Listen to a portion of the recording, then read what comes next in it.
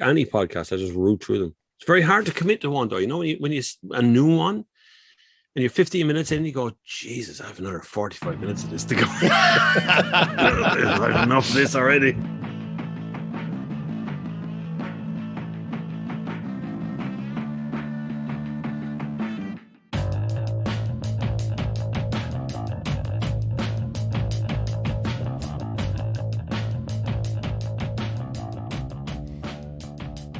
Welcome to Soul to Scene episode 8. I'm Andy Cooper from RMS Motoring, and I'm joined by Craig Rocco Allen. Gaz is on annual leave, and his absence is nothing to do with the Germany debacle on the last show. In the show, we have a very special guest, Mr. Bob Flavin. Bob, you're very welcome, and we look forward to speaking to you later on the show, even though we already have spoke to you already, but you're very welcome. How are you? I'm great. Fabulous. Good. Flat out, absolutely flat out. But you're a very busy man, and we'll come to that. But this is the 8th episode of our show, and it first came out on the 4th of April this year. And where's the time gone? The 6 months have flown in, and I know there's plenty of podcasts knocking out one a week, but we do it sort of monthly, and that's how it's going to continue. If it's your first time listening, there's a great back catalogue between us. We've had great guests like Chris Suter, the car painter turned clothier, Chris Gray, the Japanese importer extraordinaire, Jason Bartle from GQ magazine and Top Gear, and now of course yourself, Bob. I think you're correct me if I'm wrong, biggest YouTube car reviewer on the island of Ireland. I think so, yeah. Well, that's what I'm going to say. I'm going to leave that as the epitaph. It's fine. Yeah. Sounds good. It's going to go on the tombstone, is it? Yeah. So look, we're really pleased with how back to our podcast for a second, because we're patting ourselves in the back here. We've had over 3,000 downloads. We don't know why, but that seems to be a good sign. If you like what you're hearing, the listeners, please, especially on Apple Podcasts, give us hopefully a 5-star rating. If you believe it deserves one, as it really helps get the podcast out there. And now on to the rest of the show. So, Mr. Bob Flavin, just for the listeners who maybe don't know who you are, and Bob, please correct me if I'm wrong. Where do we start? So you've been producing several YouTube videos a month for what, the last decade, reviewing? Over nearly a dozen years. I'd say it's more than a dozen years this stage. Must be about 12 years or so, yeah. Unbelievable. So that's a huge undertaking, commitment. So mostly new cars on your Next Gear Show channel. More recently, car shows. As I say, nearly 70,000 subscribers on YouTube. I think well over 100,000 on TikTok. You must be the most watched reviewer as well. You're previously the motoring correspondent with the Irish Independent. Mm-hmm. You had a regular radio slot. And so clearly... research. Yeah, I know. And I presume a motoring journalist first and YouTuber second, if I've got that the right way round. And then I said you've sort of widened your remit to include car shows, which will come to, bridging the sort of the journalist to the enthusiast, and then of course you're just back from Cannonball, Ireland, which we'll talk about later, because we met at a very rainy Malahide Castle in front of the DJ, which was the most unnatural place to meet someone I think could be possible, because I was getting absolutely pissed on. It was lashing. It was lashing. The music was pumping. I was like, Bob, Andy from RMS podcast, and you're like, I have one finger in one ear because it's raining sideways into my ear this way, and the music's coming this way, and I'm going, what? And I'm just terrible at introductions at the best of times, so it was just absolutely awful. But look, you're very welcome to the show.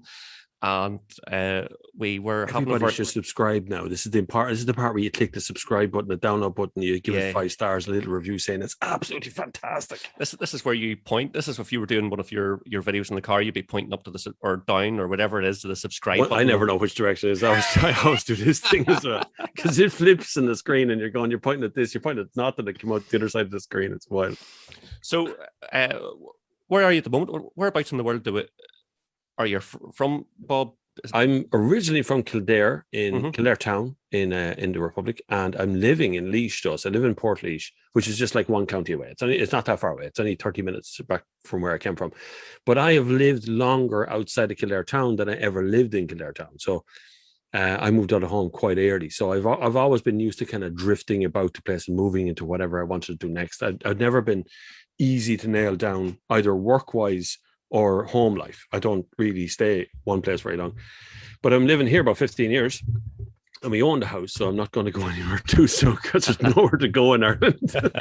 There's no houses for sale anyway, so you can't go anywhere.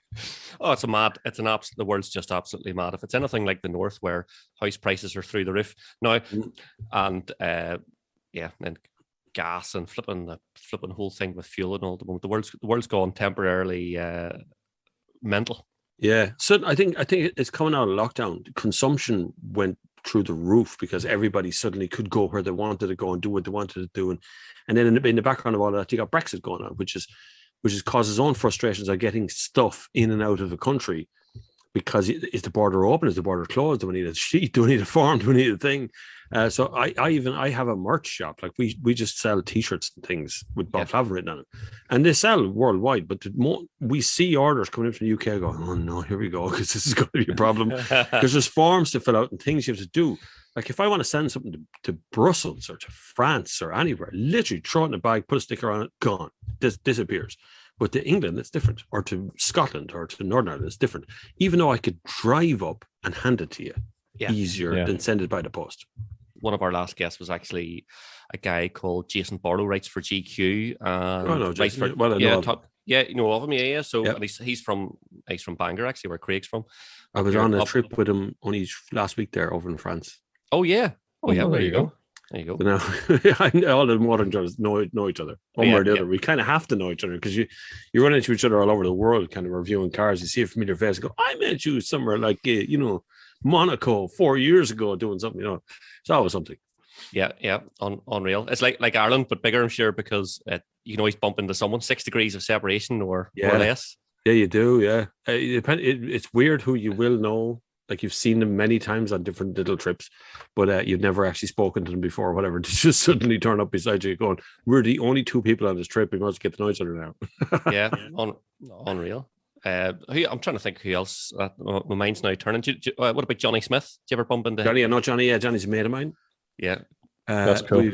We've been on a few trips together. I'm supposed to work. He's coming over to Ireland to do his late break show, and I'm doing some presenting on the stage for him and things. So, that's awesome. Kind of cool. We were supposed to do something. Lockdown has gotten away of a lot of these. So he was supposed to come over to Ireland with his family. I was supposed to meet him up. We were going to do this kind of a road trip thing in electric cars.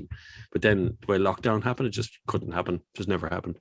Yeah. Has he got a venue yet for bringing a show over? Because I'm down to get over and see his show, but it just hasn't suited. As you know, travel is not straightforward at the moment still. And venues are crap at the moment as well, because they've gone from being completely empty all the time, but you couldn't book them because of the way restrictions worked because of numbers, to now being open and bookable, but they're so fast to be booked now by bands and stuff. All these venues have been booked up like for years to come. So I know Johnny was looking for some place in Dublin, which I'm still working with him, but it probably will end up being somewhere like Mondello. We can do it. Yeah. Not necessarily because there's any driving at these events, more like that's to be the only place that will have a weekend day. It'll be empty. Sure. Well, you're not going to put on a rock concert in Mondello, like. No.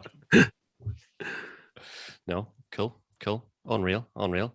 So it's a small world in the world of the car journalist then. Tiny. Anyone from the UK and Ireland would probably have at least seen each other or tipped a hat to one another at some point or another. But generally, you get to know some like weird destinations because Ireland gets paired up with another country. Sometimes it's like Latvia or Estonia or Sweden, or so you get kind of random people who maybe someone was speaking. Sometimes it's Russia. You get to know places, weird places. You've been invited to go everywhere. I could go over to Poland tomorrow and be sleeping in 10 or 11 different houses because I've been on trips with Polish people loads of times. So it's kind of a cool, very small little fraternity of people. Yeah. Unreal. And I'm just trying to think even from locally then. So when we were standing around at the Cannonball the other day, so you obviously know Justin. Justin Delaney, He's been for years. He used to work with his wife years ago before I was ever motor journalist. Yeah. So I know Justin from the days when he started out with Modified Motors, and then he went the magazine, and then he went out of that into farming and all sorts of other as well publications. Yeah. So but he seems to be back into it because I'm just trying to think who else there is down there. Is there changing lanes I would follow? Is there Dundee do a bit of stuff? Yeah, I work with Dundee every once in a while as well. I'm on their videos on YouTube. Yeah. So we do like a 2 twin test stuff. Excellent. Cool. But there's tons. There's loads in the width and breadth. I suppose Ireland is actually kind of a heavyweight when it comes to the amount of reviewers we have. Per capita, we're very high. There's actually probably too many reviewers. Oh, right. Okay. If you want to get a press car early, because you want it early, you don't want to be reviewing a car that's 6 months old, right? So, yeah. But to get one early, if the press corps is not only putting on one car and there's 20 journalists, you're waiting 20 weeks to get a hold of a car. Yeah, wow. Right. So your review is so far behind everybody else's. Yeah. Who's going to watch it apart from your loyalist fans, right? Yeah. So there's always a kind of a scramble to try and get the car a little bit earlier than that, try and give them the first 3 weeks of being on the fleet. Mm-hmm. But when you have 40, 50, 60, even up to 90 journalists or 90 people who write stuff or influencers or kind of people on the edge who want to drive a free car, and you have 90 people, if you're the 10th or 11th, your review might as well not come out. It's really not worth it at that point. Everybody will have, it'll be everybody in the UK will have reviewed it. Auto Express, they'll all have done their stuff. Then you have the Independent, the Times, the video channels. Nobby will have done so. Everybody. You're just going to be further and further down the list. You get ever decreasing circles in reviews. So you either want to be in the first top 3-4 weeks, or you want to worry about it later. Maybe bring it out in a smaller publication, or not put quite so much effort into it, because you just drive yourself nuts trying to get reviews. I wouldn't like to be starting a YouTube channel now. Put it that way. I was going to say, that must put you under immense pressure, because depending on where you are in the queue for the car, and you get the car, and then you want to get your review out as quickly as possible, because everyone else is doing the same thing. And then you hear people talking about the YouTube algorithm, you hear Shmee talking about it and all the rest, but like, what sort of pressure does that put you under when you're out reviewing things? Like, how quickly do you have to turn it around? 24 hours, really. Like, if you're early, if you're on an international trip, like I was the last 4 or 5 weeks now, I've gone on trips. I've gone to Poland, I've gone to Germany, I've gone to France. I'm in Spain on Sunday. Like, it's just this relentless thing. Now, you have a chance, at least in your own country, to have a review out even when you're on the trip. So when I did a review of the DS, when we were over with DS doing their review, I actually published that review while I was still in the country. Mm-hmm. So I was sitting having my lunch, editing that review, and then filmed the little B-roll bits to go on top of the review, and then published it that evening and uploaded it in the hotel before I went to bed. So It's that fast if you want to be that quick. But that pressure comes with another form of mental torture, because there is a point where you will see other journalists who are getting on press trips that you weren't even invited to, and they're getting press cars that are not available to you. That's a mental stress on the journalist who's really trying to build a career, maybe trying to build something good, trying to do something right, but just can't get a foothold in the door. He doesn't know the right people, or he doesn't do the right yes man invitation. Doesn't say everything's brilliant. Look at this, how brilliant this car is. And there's a lot of journalists at the top of the list who generally don't review it. They just kind of read from a press release and show you pretty pictures of the car. They don't really criticize it or compare it to anything. And they tend now, because of the yes man attitude within most journalism circles, they tend to get first dibs on most of these cars. So eventually the car companies turning all the journalists into people who just go, yes, this is brilliant, thank you, give me more. And that's all that's going to happen. That pressure is very scary. Everything's brilliant then? Say that again? And everything's brilliant then? There's never a bad car ever made? There's a number. You've probably watched reviews, or you've watched a TikTok, a 1 minute TikTok, or a little kind of a Instagram story or a Facebook post, and it's like, look at this, so cool. You press this thing here and that lights up, and there's absolutely no criticism whatsoever of the car in that video. That's probably a paid review. Now, they might be looking at a concept. They have been out looking at the concept weeks before you get a chance to even see the car. So by the time I review it and I'm looking at analyzing it, people are now so jarred towards the top 5 things this car can do. When I come along and go, but the seats are crap, they don't hear it, they don't see it, they don't understand what that means. Said I've sat in thousands of car seats. That's when I say the seat is crap, it means my arse is fairly educated as to what the seat should feel like, what's comfortable and what isn't. So that moment of criticism comes from a massive amount of experience behind you, which is very hard to get these days, because it's very hard to get cars in the first place. Yeah, well, you know what? That's what I like about a good automotive journalist, that they have good experience with all types of vehicle and have an opinion. Experience sells. Experience is everything. You can be trained in college as a doctor, right? And you know all the things. And then you walk into an operating room and you don't know what you're doing anymore because you've no experience. This is different, right? It's different from the one you learn from a book. Same thing is going to be a journalist. You learn to be a journalist, but until you're in a situation where you're looking at, like, every motor journalist starts with the first 3 cars are wonderful because they've no experience to base it on anything else. They can't compare a Ford Fiesta with a VW Up or a VW Polo or any of these other cars because they haven't driven the alternative of it. So it just becomes, well, I like the infotainment system, or it's the opposite end of the scale. They just hate the car. They just go to town, they turn into Jeremy Clarkson instantaneously and go, well, the suspension is terrible and ride height is horrible, and they go wild on it. So for the first kind of 6 months of journalism, of motors review, you can nearly disregard everything everybody says. And then after 6 months, they've got maybe enough experience to kind of go, the suspension in this car is better than that car because. Then you have that because point because it's done both. Unreal. Look, we've jumped way ahead. We haven't even. But this is awesome. This is first class. I'm still reeling from educated arse. That's the best. That's one of the best lines I think I've ever heard. An educated arse. Educated arse. And then with Craig, just an arse. Just arse. That's why car companies call us. That's why car companies, when we go on a review, they sit, the guy that does suspension, the guy that does seats, sits and has dinner with you. And he goes, well, what do you think? And you go, well, I didn't like it. It was too hard on one side, or I found the seat was deflating on the other side, or the pedal box was too small. And that all goes into kind of making the car good before it reaches Ireland. That's how the suspension gets made. Suspension is the last thing they fix on a car before they let it out in the country, by the way. So the suspension settings on a car in Spain is different than suspension settings on a car in Ireland. Because they have better roads. Yeah. And you know what that's in? Well, no, the roads in Ireland have massively improved in the last 10 years. Unbelievable. The envy has switched sides because we now go down and we can say, look at this road, look at this motorway from Dublin to Galway. Hardly anyone's on it, and it's just billiard table smooth, you know. It is, yeah. It's just cruise the whole way. Yeah, really too flat. There's no adventure left. Like, they're straightening out on the roads, so I know. the fun's going out with them. The reviewing is the day job then. I was once described as professional epoxy bollocks. And that's pretty much the best description of what I do, right? So car companies give me a car and they ask me for my opinion on it, and I publish that opinion on YouTube, on Instagram, on all my platforms, so Facebook and anywhere, TikTok as well. And I do little clips of the car over the week. And between all of that, it ends up being a review out on YouTube. And then possibly I could be driving maybe 3 cars a week doing that. That sounds good. I mean, anyone who's into cars go, wow, 3 cars a week, right? But that's 3 reviews a week. That's 3 of everything multiplies by 3. So every detail has to come out by 3. So the actual job is kind of YouTuber / journalist, but also car enthusiast on the other end of the scale. Mm-hmm. So I kind of bridge both sides, not just new cars. I look at some of the older cars.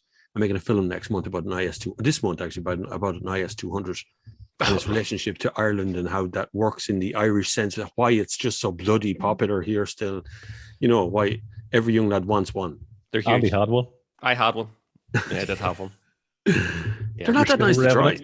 They're slow as shit. Yeah, there's well, the 6-cylinder one is just crap. The Altezza is a better going thing, but the Yamaha engine, the Altezza. Yeah. It's a better engine. Yeah, revs a lot better, but there's just something about them. They're huge up here as well. But for the money, what rear wheel drive car can you buy that's going to offer any sort of entertainment whatsoever? There's nothing else. They're the last one, I think. Yeah, well, other than 3 Series, but what's a 3 Series going to do? Like, it'll break down. That's for certain. It's going to. It's going to cost money. 3 Series, you need to have one. You need to find a diff or weld a diff and all that sort of stuff. Whereas an IS200 Sport is ready to go out of the box.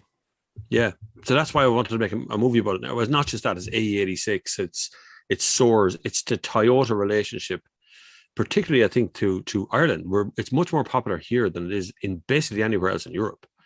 You go over to Germany, drive down the Autobahn, just count how many Toyotas you see. None. Nothing. Be very, very little. The odd car here and there will be a Toyota. You drive down a motorway here in Ireland, and it's like every second car is a Toyota. Yeah. So it's a very different relationship. We are Europe, but we're not Europe on certain things. Yeah. Well, like one of our previous guests, Chris, he runs a Japanese parts import business and lived out in Japan for nearly 10 years. But obviously all Ireland is a huge market for him. because he sells A86 parts, you know, and he can get IS200 parts and all sorts of other Japanese, you know, because there's such a huge, enormous following over here. But yeah, so that's interesting too. You're looking at you're stepping outside your normal zone of car reviews. But let's look at the car reviews first. And you sort of talked about the time scales you're under for turning things around and all that sort of carry on. So you were saying that like where were you in the last week or two? So last week, was it last week? It seems like this week, but it was last week. I think I was in France. I was in Cannes in France testing Peugeot 308, which took 3 days of a trip. So we flew out the day before. I hate red eye flights. I can't stand them because you start your day at 4 o'clock in the morning, and then you finish your day at midnight in another country. You know what I mean? Yeah. And you're going to bed. Then you get up the next day, driving the car, then driving home, and you get very tired, very irritable, very easy to miss things, and lack of concentration and stuff. So it'd be dangerous. So I always try to go for the kind of 3-day review. So you go out the night before, you spend the time in a hotel, you get up the next day at your leisure, and then you go on and drive the cars. But well, thank you. Just ordered some water there, and it happened to turn up at the right time. Sorry. You can cut this bit. Perfect. Oh no, that. But for reviews, when you're doing reviews, you can either be first or you're last. So there isn't really an in-betweeny point at that.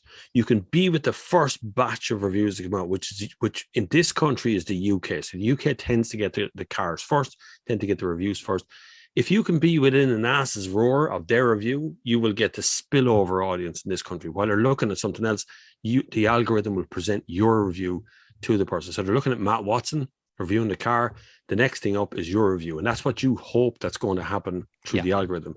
But that requires speed. And speed can be difficult to do when you're making a video on your own, I mean. Writing 500-word review is a half an hour and a half an hour of editing. Filming something is 6-7 hours, then editing that again could be another 6-7 hours trying to get it right, particularly if anything goes wrong in that review. So the time pressure and the pressure on your brain can be quite high. Unreal. And back when you were kicking off your YouTube career 10, 12 years ago, where are you getting cars? Were you writing about cars at that stage, and then you could easily, or how did that all kick off? I was beautifully made redundant from an entirely different job called purchasing manager. So I used to purchase bathroom wear, sanitary wear, would be called, or not China, not like flatware, which is plates and things, but this was all bathroom stuff. So €1,000 toilets and €1,000 taps and stuff, real designer gear. Gold-plated shitters. Yeah, exactly. Yeah, we were doing that. We were bringing in Dornbrecht taps, which were like £1,000 and getting them gold-plated for I can't mention names still, but we're getting them gold-plated for famous people in Ireland. The whole Irish rugby team. The whole Irish rugby team bought stuff from me, right? They came in very quietly. But that was back then. And then 2008, the world collided with Lehman Brothers in America, and everybody lost their job. Essentially, more or less, everyone in Ireland had lost some part of the job or got a reduction in wages, or their whole business shut down. And I was in that latter part. Essentially, the whole business went to the wall very quickly because it was surviving entirely on credit, bridging loans, all that sort of stuff, all the things you don't do anymore. So I was okay, though. I had redundancy, I was nicely qualified. We just had a child. We just bought a house. We just bought a car. All those things happened all at once. And I was made redundant at exactly the same time, right? But we're okay. I had a good 12 months of money. That kind of, you could trim the sails, you'd be all right. But that's not the way things are working out. Things changed very quickly. But because there was essentially no work, nobody needed a purchase manager that fast, and nobody was looking in the motor industry for it. And I thought I'll just start a blog. Just everybody was starting a blog. So I just started a thing called smokerspack.com. Because when you were ordering a BMW, you used to have to order a smoker's pack, which is an ashtray, lighter and stuff in it. They were always just deleting them. Yeah. And it took my mind. I thought, I'll just call it that. I didn't like the name, but I thought I'd call it that anyway. And I started just writing about cars, about car life, about fixing cars, about doing cars. Then I signed up to a couple of media things for press releases, and I rewrote, I'm not a writer, but I rewrote some of the press releases. Then I rang a local dealership, Downey's, and I said, can I get a lend of a Ford Mondeo? And he said, no. So I rang a different dealership and said, I want to come up and see a Ford Mondeo. I might buy it. So I got to Ford Mondeo, drove it out the road, took 4 or 5 pictures of it, brought it back to the dealership, said absolutely nothing to the dealership about reviewing the car, blurred out the license plates, and put this online, this text review of a Ford Mondeo. And audience came. People started asking questions. There was comments and emails and things going in. I just started answering the emails. Then I looked around and thought, this is getting good. I started reviewing more cars.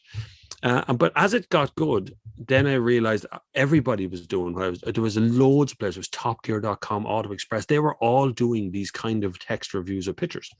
So I thought I'd just make a video of a car instead next time. So I brought my own car, my St. Leon out, and a really crappy DV camera. It's actually there. It's there behind me. There's a reload. It's got tape sticking out of it. It's a horrible thing. And I made a film. I hated it. The sound was horrible. And then I went off and bought a different camera. And once I bought a different camera, I uploaded one video on YouTube and people watched it. Then I went into the video. I was actually in the video. Then people were looking at me. I got no views, very few subscribers. And then out of nowhere, Renault rang me and said, do you want a press car? And I went, what's a press car? I don't know what that meant. What do you do with a press car? And they go, we'll just give you the end of a car. You just drive it around, give us a review, see what you think. So I went, okay, review. I remember when I picked it up, I didn't know, did I have to pay for fuel or do I have to pay pay the tolls? Can I bring it home? Do I have to put fuel in and bring it back? It's like a rental car, Knew none of these things. I drove it home, did the video review. Within a week, pretty much every car company in the country was ringing me going, would you do reviews? You do reviews, video reviews, right? What? So yeah, here's cars, do cars. So that Christmas, I like, what's going on? It was just a car every single week for the next 20 weeks. And it was weird. So, but that was 2000 and God, I don't know what, 2009, maybe 2010, something like that. So you must think, Bob, there must have been a timing involved there that, whatever year that was, because I don't think that from what you've said earlier, that wouldn't happen today because there's so many people. No. YouTube is taken seriously now, though. At that time, YouTube was a kids app, a bit like the way people treat TikTok now, a kids app or Snapchat or something. They look at it as if it's some sort of childish thing to do.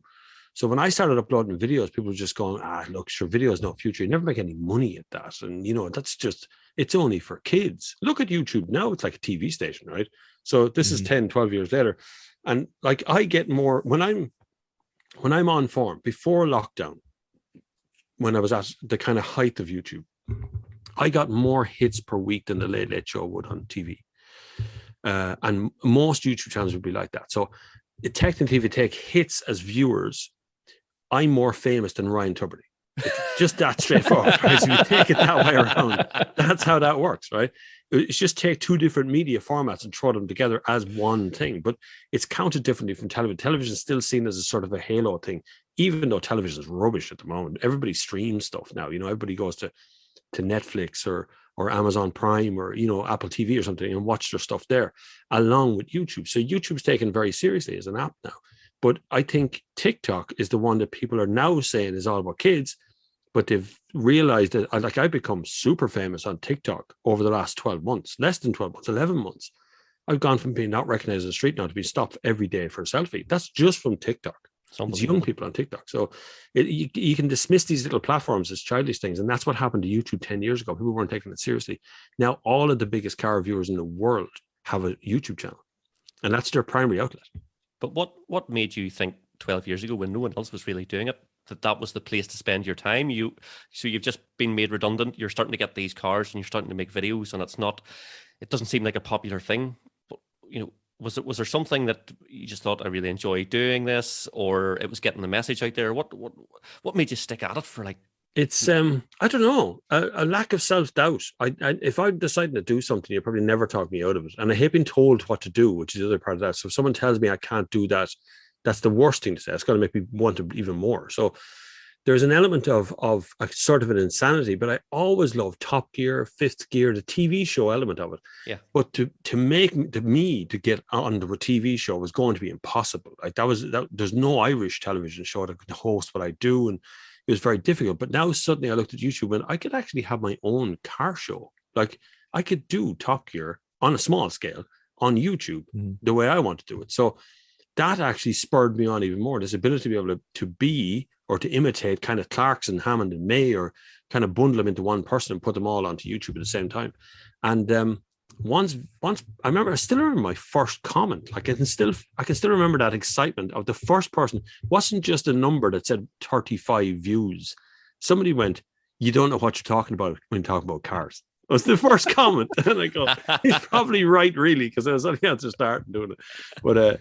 But at the time, I took huge offense at that. But that's just, you just kind of insulate yourself from it and move on. Oh, do you know what? That's the nature of the internet. Like I've ran a large forum for like 20 years, and like the walls of defenses have just grown over the years. You just the skin's so thick, like everything just bounces off because people can just be absolutely crazy and especially on social media. You just look at some of the comments. You go into a big news website and you see some of the comments and you go, my God, But I do feel sorry for young people who are suddenly famous. I was 10 years on YouTube, so I was already getting recognized in car groups and other journalists. So I was kind of sort of used to it. Then TikTok exploded, and I suddenly now was recognized in the street everywhere I go.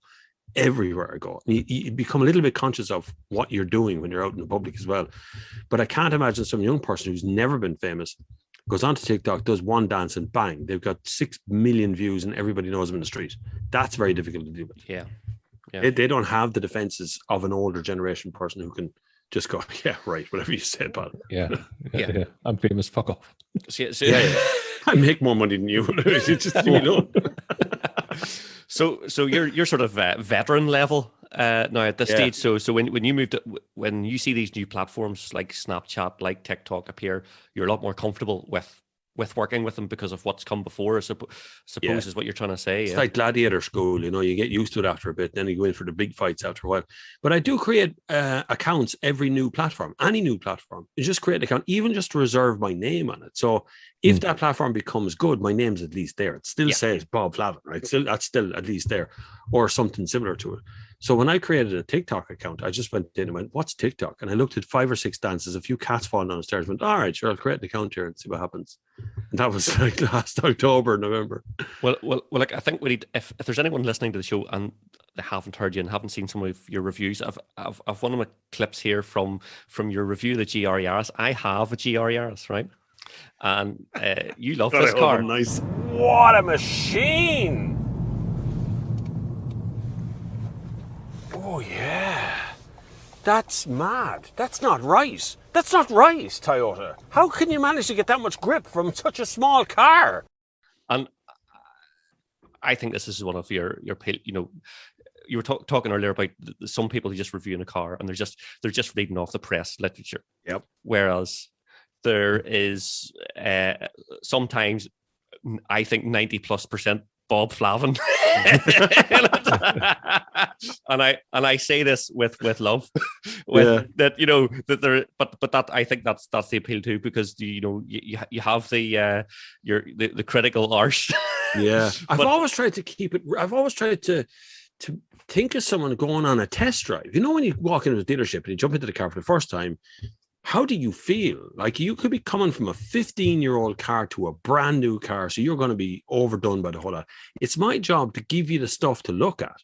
So when you actually go for that test drive, you go, well, Mom said the seat was a bit hard, or the suspension's a bit stiff. And so you go out thinking about what I told you to think about on the way. So you have to think of that. But then you also have to show, if something's good, if something's exciting to do, you kind of have to show that on screen as well. That's what a lot of reviews miss out on. Someone will just stand there and tell you the size of a door handle, or, the windows in the back don't roll down, they flip out. That's the comedy moment. It's over there. Like, it's just kind of going, wow, well, that was hilarious. They just miss it, Yeah, unreal. And what do you drive yourself? Maybe you just drive other people's cars all day. Is there something in the Flavin driveway, or is there a plan for something in the Flavin driveway? There's 3 plans. So we have a number of plans. That was a good plan. The problem is I have so many cars and so many reviews to do. I don't really get to drive our own car, which is a Seat Leon. So it's a 2006 Seat Leon. So it's 14 years old now, nearly 15 years old. We bought it brand new. We've held it forever because we had it. It was like 4 or 5 years old, and I started reviewing cars. So suddenly there was 2 cars in the driveway anyway. We didn't need this. This other car became a second car to everything.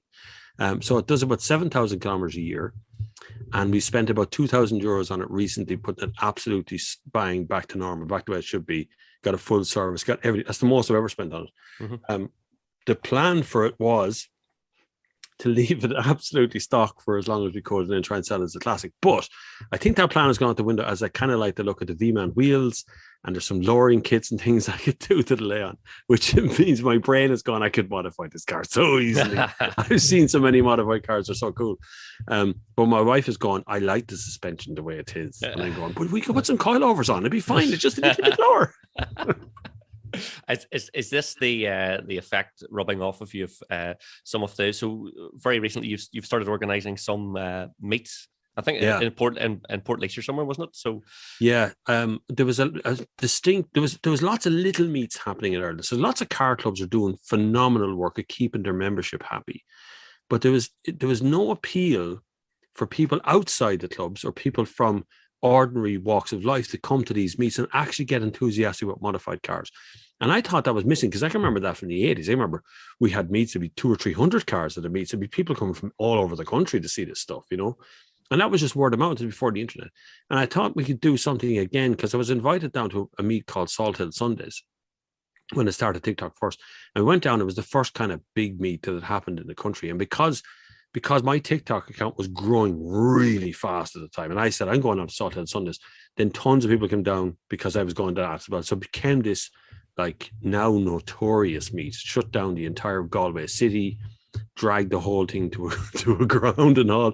We were on the news, the local radio was on, the town councillors came out, like it just became something, because Galway is really easy to block up anyway.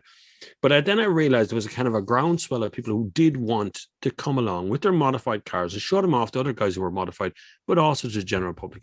So it became this kind of, I didn't do it on purpose, but it became this kind of bridge between modified cars and kind of ordinary people out there who want to see stuff. So now we had a meet last Sunday in a tie called Autumn Vibes, and that had like 2,500 people coming on to it. And it's just an ordinary outdoor, in an industrial estate meet. We brought a burger van, we had DJs, we just did all the stuff. We had Batman and Bane at it. It was very family oriented stuff. And then during the summer was the first one we did, which was called Summer Vibe, which I put on in Junction 14. That had 4,200 cars at it. There was people parked in different counties trying to get in. Oh my God. There was a town nearby, Monstrevan, and there was more cars parked in Monstrevan than there was in Junction 14, just trying to get to Junction 14. We had Garda helicopters, we had Garda inspectors in cars. We had a lot that night. It was chaos. But it showed a huge appetite for the car scene to come back to Ireland. Ordinary people, mothers and fathers were coming along going, my son and daughter want to see all these cars, so I've driven all the way here from Donegal to come and see these cars. And it was a summer Saturday evening. It was beautiful evening, actually. Supermax was packed. Like, it was just a lovely vibe in the whole place. Do you know what? People are just absolutely dying to do something like that after the year and a half we've all had. Yeah. Sure. Look at Cannonball. There's a lovely segue into the Cannonball. But you look at the amount of people that turned up. Number one, turned out up at a rainy Malahide Castle. It was packed. Yeah. And I couldn't believe it. After I met you and I left Malahide Castle, it must have been about 5 minutes before the Cannonball cars were due to leave, and I couldn't get over. There was just cars lining the roads. I was driving up the M7 or N7, and there was a guy standing underneath the motorway bridge with his camera ready to go. And I was like, "What the hell are you doing standing on the side of the motorway?" So, I know. But and then up at Belfast outside the Titanic. That was some arrival. It must be 8,000 or 9,000 people. They said was in Belfast that night. Yeah, and it was unbelievable. But it was great too. The amount of cars at it and the interest. That's it. There is a huge appetite of interest. I was at a car show last weekend, and it was at the Titanic Dubs, and they run it every year. They've run it for 10 years. It was the biggest year they've ever had. Yeah, because people just want to get out and they want to do something that takes them out of their, like, it's my job as I would class myself nearly as an entertainer. So what I did during lockdown, because I knew people were struggling, I knew everyone was struggling. So what I tried to do during lockdown was give them something else to focus on, give them something in the future to look at that they can do or get involved in, or an interest. And I think hobbies have died a death since computer games started. And I'm a massive computer gamer, but I think a lot of hobbies have fallen off the cliff. Building airfix planes, or collecting models, or fixing your car, or getting a Haynes manual and getting under your car and doing something to exhaust. everybody's scared to do that. And because new cars now come with this hands-off idea, you're not supposed to be opening. Don't service yourself, bring it to the dealer for the service. People are really nervous doing that. So what I try to do is to give them an opportunity to say, well, yeah, of course you can want to have a look. It's your car. You can do what you want with it. Like, do something. Look at this thing. Look at that thing. Look at Haynes. Look at this manual. Here's an app you can download and do. So just try to get people into that frame of mind. And then TikTok turned into something about trying to get insurance for young drivers and how to get your license, where to get lessons. And some of it came from me just Googling stuff, and other stuff came from a thing I do, which is I used to do every Sunday. I did it for the entire lockdown, 1 year. Every single Sunday, I put on this show, a 2-hour show called the Sunday Service. It's a live show on YouTube. So I just answer questions, hundreds and hundreds and hundreds of questions for 2 hours. And I can easily do 3 hours. It lasts that long. It just keeps going. But I cut it short to 2 hours. So nearly every question I was asked on TikTok, I've been asked before on YouTube. It was there all along, long before TikTok came along. I was doing that YouTube thing. Yeah. So it was easy to answer the questions, but it gave them something else to focus on. I think TikTok gave them something else to focus on, not just dancing kids or cats falling on stairs. It was something else. This adult was suddenly speaking on behalf of young people who didn't know what they were doing. So you've reviewed cars, and you have the whole market of new vehicles and dealing with manufacturers and dealerships and OEMs and all that sort of stuff, and then you've the car enthusiasts, and you've done all these summer fives and autumn fives, and then you have this whole other demographic, which is the cannonball and the type of people and the type of cars, and I don't know what the average value of a vehicle and the cannonball was, but I'm sure it's in the several hundreds of thousands. Like, what is that like as an experience? Because it does look, well, from an outsider's perspective, it seems quite expensive to do, and it seems like you need to have be quite well heeled to do it. It does look like a lot of fun. It also looks like something sort of from like the days gone by in like the 90s or something, where it was acceptable to have scantily clad women and all this sort of stuff. I know there is that. Yeah. But what was the experience like? Have you done it before? I have. To my second Cannonball to do this year. This is the first time I actually paid for it myself. The first Cannonball was actually sponsored. I'd never heard of Cannonball the first time I heard of it. CarZone sponsored me to go into Cannonball the first time. I'd never heard of it. They hired me an Aston Martin DB9 and just let me loose in Cannonball. The only thing I'd ever heard of Cannonball Run was the Burt Reynolds movie from the 1980s. That's the only, and that has Dean Martin drinking in one of the opening sequences. He's behind the wheel of a Ferrari drinking a scotch. And he says to Sammy Davis Jr., hold my drink for this corner. He holds the scotch and goes around the corner. Then he takes the scotch back and takes a big sip of it. So that was my only basis for what Cannonball Run could be. But and the opening sequence with the red Lambo. With the two girls in it. Cannonball, they do the thing over the speed limit and they go off again and they're chasing by the cops. That's exactly my idea of it. So my day one on Cannonball was to play on repeat the Cannonball Run theme tune, right? Out the windows of the car with the windows rolled down, which is a really cheesy 80s song, but it's a deadly song. But that was Cannonball 1. But Cannonball 2 was as a different experience because I've matured into it, I suppose. And I paid for my own seat, which changes your perspective of what you're doing because you earned it. You worked to be there. Yeah. It's not that you don't have any responsibility to make videos for somebody. You're not mentioning your sponsors or your brand names, none of that crap. You just get in the car and drive, right? There's two Cannonballs. The Cannonball you see as the public. So when you turn up to Malahide Castle, you see us all standing around, you see the cars parked there, then you hear the words Cannonball as your man gets up the stage and does his little talk. Then there's this other side of Cannonball when he says to the autos. That phrase that comes in at the end, Cannonballers, to the autos. You get in the car, now it's a race. In your brain, you need to be somewhere else really quickly because you're always late. You're trying to get to lunch breaks. You're trying to get to petrol stops. You're always running for something. So it becomes this convoy of noise and color, and you watch out for other Cannonball stickers on the road in case you're going the wrong way, or, there's always something happening. And then there's the kind of fight of how fast you can go to get where you're going versus the actual legal speed limits of things and how you're going to get there in one piece, and all that enters your head. But there's no other weekend. If you're into cars or into speed, there is nothing else like Cannonball, and it's not a race. It's an experience of some sort. It has some very bad sides to it. Some things that don't work because it's kind of an old. I know it's 14 years, I think, on the go. So it hasn't changed much in that 14 years. So there is some things that really, really need to be modified on. But there's other parts of just the people, the cannonballers that are on it with you, and that kind of background experience you get as a cannonballer that you can't get anywhere else, nowhere else. Because of the type of people that go on the cannonball, is that because it's just so if you're listening, is it $2,500 per person? That would be per person, yeah. So it's about 3,200 quid for 2 people in 2 rooms for the weekend. Then the car and the petrol and drinks after that. But more lunches and dinners are taken care of in that fee, and your hotel's looked after. But that's kind of it. And things like we took a ferry on Tarbert Ferry. That's all paid for as well as all part of it. So most of the stuff is actually paid for out of the fee. If you were to calculate and go on a 3-night hotel run around Ireland, you'd probably pay fairly similar amounts of money for a couple of you to go and have a good time and pay for all your meals and all. That'd be all part of it as well. So It isn't cheap.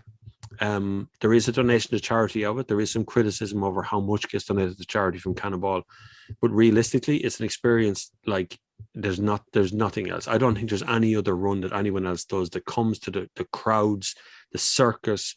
We get dressed up. There's costumes, there's lights, there's big screens and music and DJs and characters, like Flash. He's an American police guy. They can arrest you at any time. They can pull you over the blue lights, and they're not cops, but they're dressed up as American New York police department. And they arrest you, can interrogate you. And then there's the Polizei, the German police, who are there the whole time, and they're zooming around after. It's illegal to overtake them. So when you overtake them, you get arrested that evening. These things happen off schedule. They're happening at dinner. They're happening at only when there's other cannonballers around you do you see these things go on. Yeah. So you're the only one who knows these things happen. Splash the cash, Andy. Splash the cash. You have to. There's so many people. Since I did Cannonball this year, the amount of people I met at the car show the other day going, I'm doing Cannonball with you next year. I want to sit in your passenger seat. They go, it's taken. It's already done. I could have 5 or 6 lads sit in the passenger seat at this stage. So we're going to try and put an M5 in next year, which is what our plan. We myself and David Cuddy, who did a Cannonball run with me, he owns an M5, which has been in storage for like 5 years now. So it needs a lot of rubber stuff, the way that all perishes over time, right? So it needs all that stuff done. But if we get it done, we're going to turn it into a Cannonball car next year.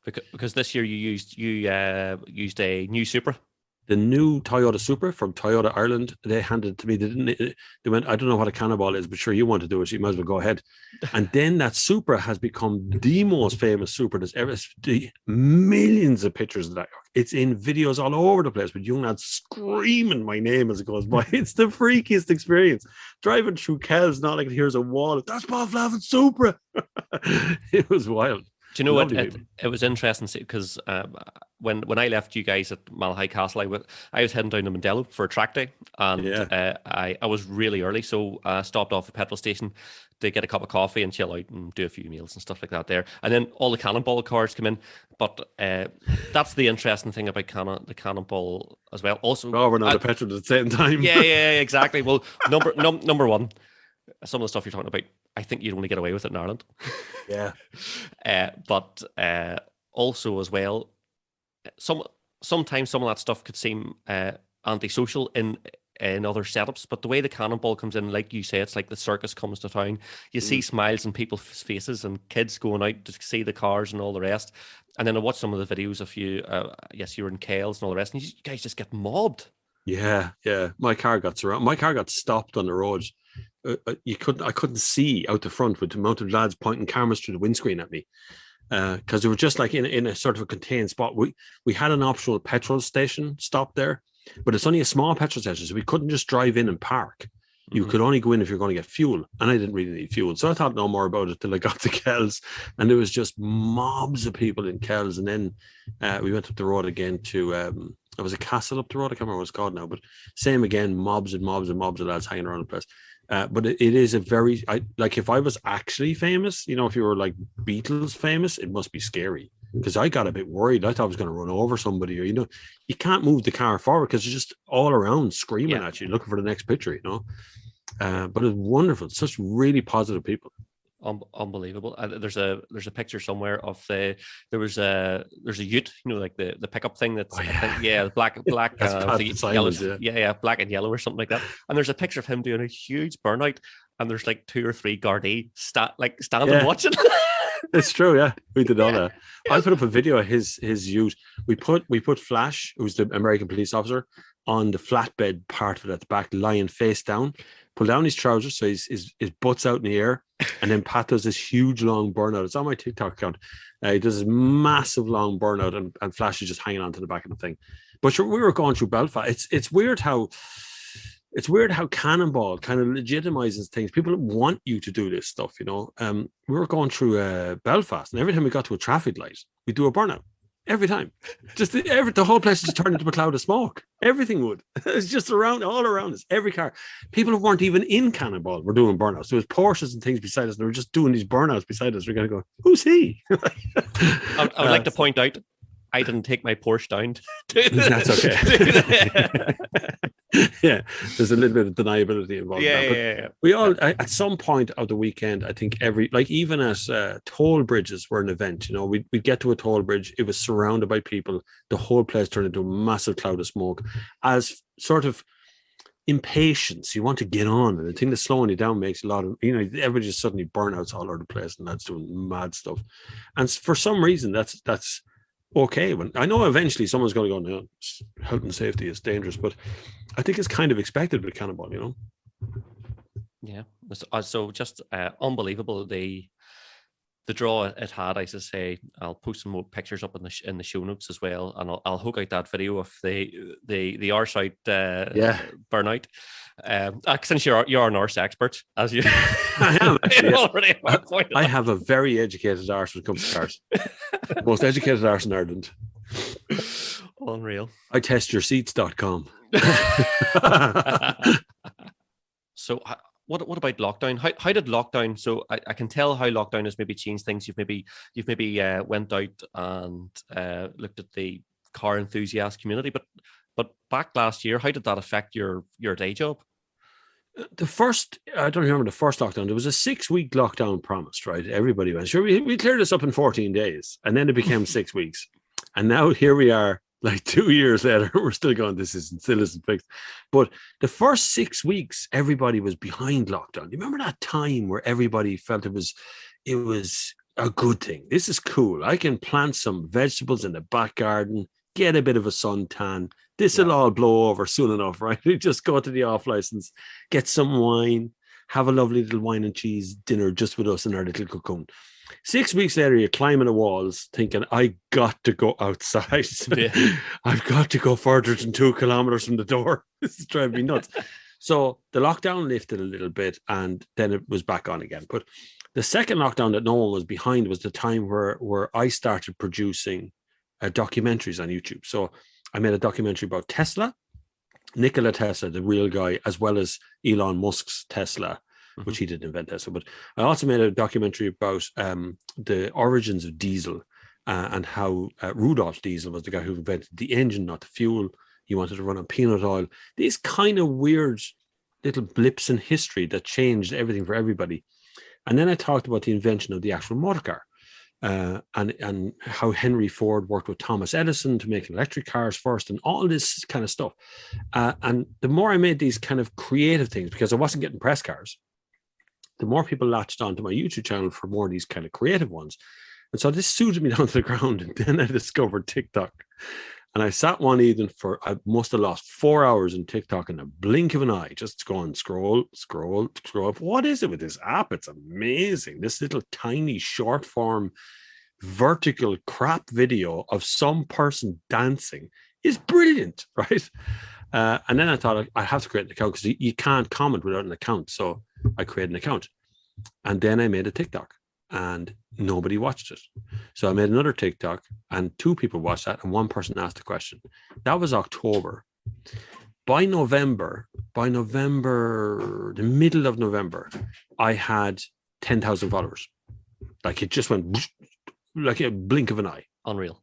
And I woke up another morning and I'd gained 9,265 followers overnight in one night. And I didn't know what I thought I was actually doing something wrong. I thought I kicked a dog in a video, or I thought something, I'd run over somebody in a video, and now they're all latching on. Cancelled yourself. Yes. This is jackass. They're coming for not car answers, right? So, but it just kind of picked up. And by December, I had like 50-something thousand followers. Then January is 100,000. It just kept climbing along till they changed the algorithm. Then it changed it a little bit.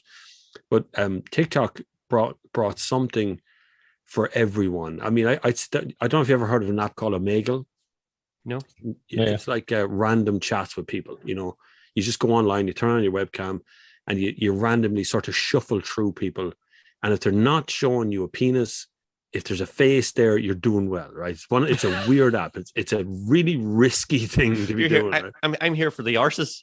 yeah, just an arse or just a penis. That's about as best you're going to get. But I thought if I did a Omegle one, right, and I point my TikTok live camera at the Omegle screen, and I randomly shuffle through Irish people, right? So I started conversation with young guys. They're stuck off out in Mayo. They hadn't been outside the door in 6 months. Everything's shut down for them. We ended up chatting and talking and stuff. And before the end of the live, there was 20,000 people watching the live. 20,000 people across the world were all attached, engrossed in the conversations that were happening. I thought, this is brilliant. But then, of course, people started getting banned because they started whipping out their bodily parts and waving them around in front of TikTok. It doesn't work well on TikTok. Immediate bans. People lose the account, so we stopped doing that. But it was a fun moment in time that kind of grew the account. But it meant at the end of lockdown, I had a ton of job offers because I was now very well known. I didn't even know how well known I was because I hadn't been outside the door much. Then lockdown properly lifted, and I started going to a car meet, and suddenly everyone at the car meet knew exactly who I was. Then you just realize, you go, bloody hell, that number, that 131,000 is actual people. They actually do know you. So my lockdown went from being kind of known here and there. Once in a while, a fella would walk up to me in Tesco's and go, what do you think of the Ford Focus? That kind of known, to now people screaming at me in the street going, I want to get a picture with you, get a picture with you from across the street. It happened during lockdown, and literally is a lockdown moment. Do you think that's had a positive effect on your, what I would call professional channel, the YouTube channel? Yeah, it's changed. YouTube, they want me to be very serious on YouTube. So they want me to do a serious, proper review. They prefer that. That's a preference on YouTube. Whereas on TikTok, they want sort of a synopsis or something that points a finger. They want to be a little bit more cheeky. They like being cheeky. They like me being cheeky on TikTok. So there's a slight difference to the audience or to the content, which is brilliant for me because I can put on two different kind of hats. I can be a journalist, and I can also be a sort of an influencer journalist. If you know what I mean, I can do something interesting on another platform. Sure. Thinking back to when you actually are away recording, what goes in the bag? What sort of kit do you need to actually do one of these videos? What are you carting around with you to the Côte d'Azur or Cannes or wherever you were? I used to bring tripods and all kinds of big heavy equipment, but things have gotten so smart these days. Like a GoPro Hero 9 is an amazing camera. Mm-hmm. If you mix it with the right mic, it's sound. I always put a lot of emphasis on sound, on the sound of something, because I think people will watch something that's filmed really badly, but as long as it sounds okay, it's a bit like a podcast. If someone records a podcast on a windy day, you're going to put up with 2 minutes of this, and then it's like, hold on, I'm starting to get annoyed. The wind is annoying me, right? So the same applies for reviewing the cars. I've seen guys put phones down on the ground and they're shouting at the phone, and it's good. The video image is good, but you can't hear what they're talking about. So my bag is made up of my iPhone, which would be probably the number one thing. Because I do an awful lot of social media parts, and it all goes on the phone. So iPhone 12, I have the iPhone 12 Pro Max, the big yoke. I use a Sony A6600. There you go. I see you got one of them as well. I use a Sony A6600. Mine has my own little logo on the back of it. In case I lose it. My Sony camera is a recent purchase. I only got that this year. I was a Canon camera guy up to that point. But Canon just didn't have mirrorless stuff. They just weren't doing what I wanted them to do. Not good enough. And I use a GoPro Hero 9. And there's another Sony little tiny handy cam thing, like a bullet cam. I use that as well. So I have two angles on everything I do. So one camera's pointing at me, one camera's pointing forward. So you can see out the front window the whole time of the review. So if I comment on a piece of traffic, you can see it in the video as well. What are you using for audio? Just because I'm getting nerdy here and I'm invested to know. That's okay. I using? use the Rode Video Mic Pro would be the main one, but I'd also use the Rode lapel mics. You know those little The wee wireless ones, yeah. Yeah, the small wireless ones. I bought the generation 2 of it, so I can do 2 mics into one. A Yeah. bit more complicated to use, but they are worth the money. If you think of what all Sennheiser wireless lapel mics used to be like 900 quid for a pair, now you can buy the entire kit. It even self-records for like 300 quid. It's for nothing, and it's very, very good audio. And you can put that audio directly into a phone. I've used a lightning cable directly to the audio thing. I've hung mics off the end of phones and put the phone in my shoe. I've done that as well. Just take a shoe off, put your phone down in your shoe as a tripod, and record straight into it. And the audio is good. The angle's a bit weird, but the audio is good. you get a smelly lightning port after it. Yeah, that's exactly. The mic is stinking when you finish, but it's all good. Once the end result is good, it's all that matters. Oh yeah, unbelievable. And then the mic I use here is like a gaming mic thing, so that's another voiceover mic I use. But I use a MacBook Pro. The new MacBook Pro, the recent one, the M1 chip one, has an exceptional mic in it. If you get under a duvet with that mic, it sounds deadly. It sounds like a proper voiceover mic. The amount of things I've done in podcasts, in wardrobes and stuff, just to make the audio sound dead, Yeah, well, that's why I'm in this particular room, because it has carpet and half the rest of the house is hardwood floors, so it sounds like a echo everywhere. Everywhere's a church vestry. Otherwise, yeah. But if only people knew the effort that has to go into making a podcast. I mean, just any audio thing, there's a lot of effort. There's a lot of before work. You make the recording sounds okay, but there's a lot of before work. There's a lot of kind of balancing of the sound audios and things. It's taken us a minute or two to get to where we are, to be honest. But it sounds better now. But Craig, you've messaged Bob before, haven't you? I have messaged Bob before. Oh dear God, what you say? I was just pulling that up on my phone. It was there we go. 3 years ago. Oh wow.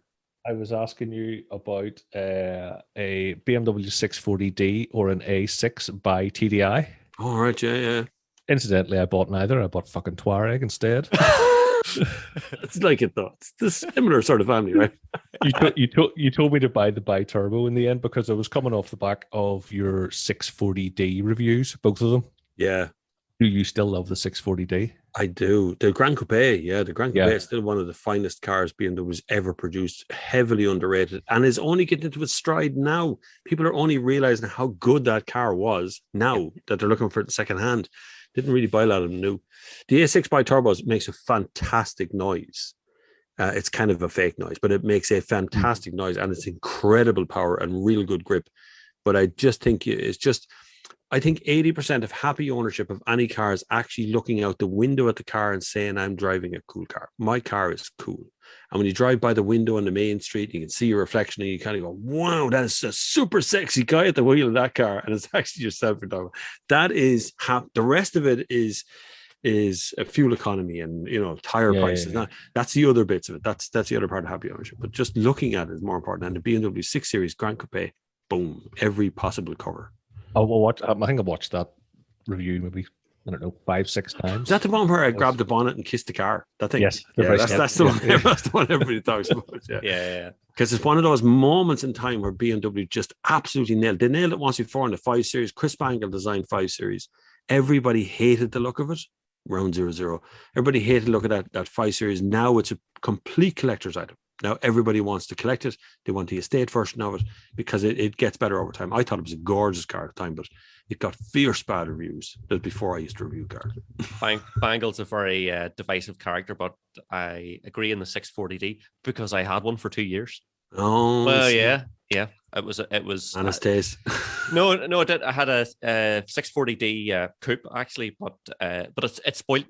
It's a car so good it spoils you when you get into other cars because everything else is flawed, or it's not as well damped, or as quiet inside, or as puzzling, or as quick, or as economical, or as you say, as subjectively just nice to look at when you see the reflection in the shop window driving through the center of a town. Yep. It looks cool. It's like Batman's car. There's something about it. The only other car that ever came kind of close to was the Audi A7. Did a good job. The original one, when that came out first, it just looked like Batmobile. and it looked very classy. But now, if you see them now, it hasn't aged well. Then you see the original one now, and you look at it and go, oh God, it looks a bit rough. But at the time, it looked brilliant, you know. Yeah, awesome.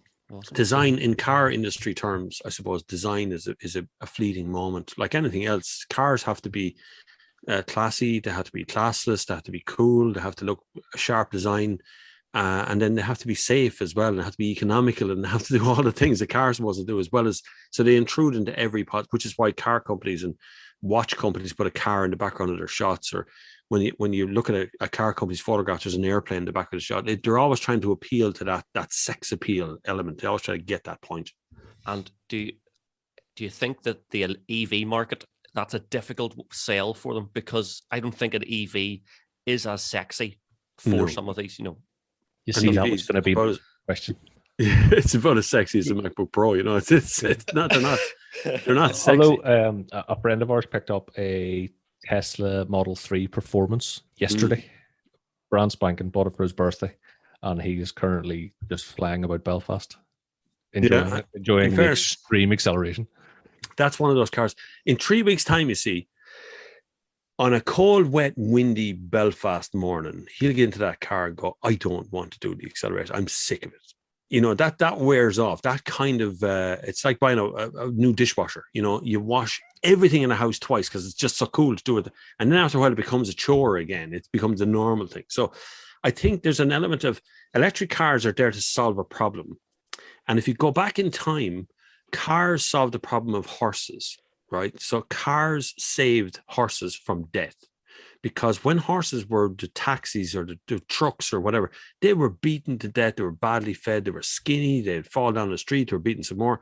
Knackers' yards would take away and boil their feet up for glue and to be ground up for dog food. That was the life of a horse. Then motor cars came along and horses became race horses that were looked after and minded and greased up because they could run fast and all that sort of stuff. So I think electric cars are going to save our V8s. They're going to save our BMW 640 diesels. They're going to save that because that was a moment in time. And we have mixed among those beautiful moments of absolute paradise in cars. We also have a Toyota Avensis or a Nissan Tida. We have those junks, those things that are just designed to get you to work and home again. And they're in the same breath. So that stuff needs to die. We're left with the classics, and the electric cars will continue doing their things of just getting us to work where the Tida used to be.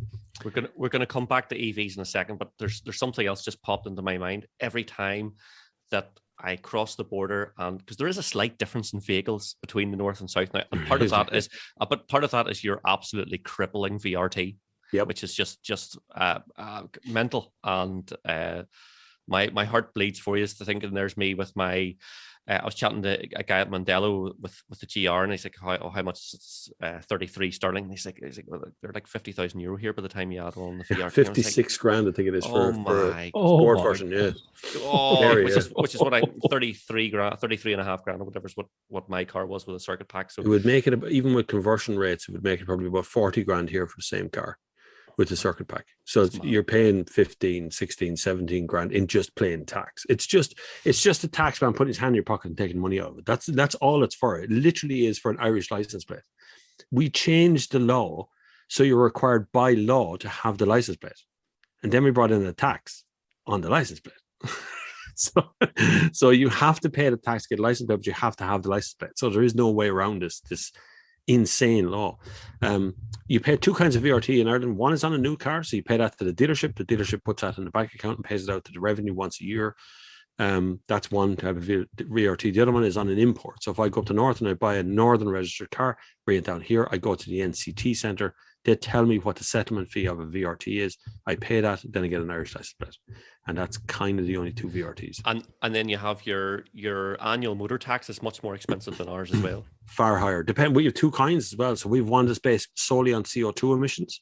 So like an electric car would be 120 euro a year because there's no emissions. Amazingly, you still pay tax on a car. 120 euro a year for no emissions. Yeah, for no emissions. Yeah, you still somehow or another manage to get a tax out of it, right? Yeah. And they call it a green tax. Like it's like I bought a green car, and I still have to pay more tax on it.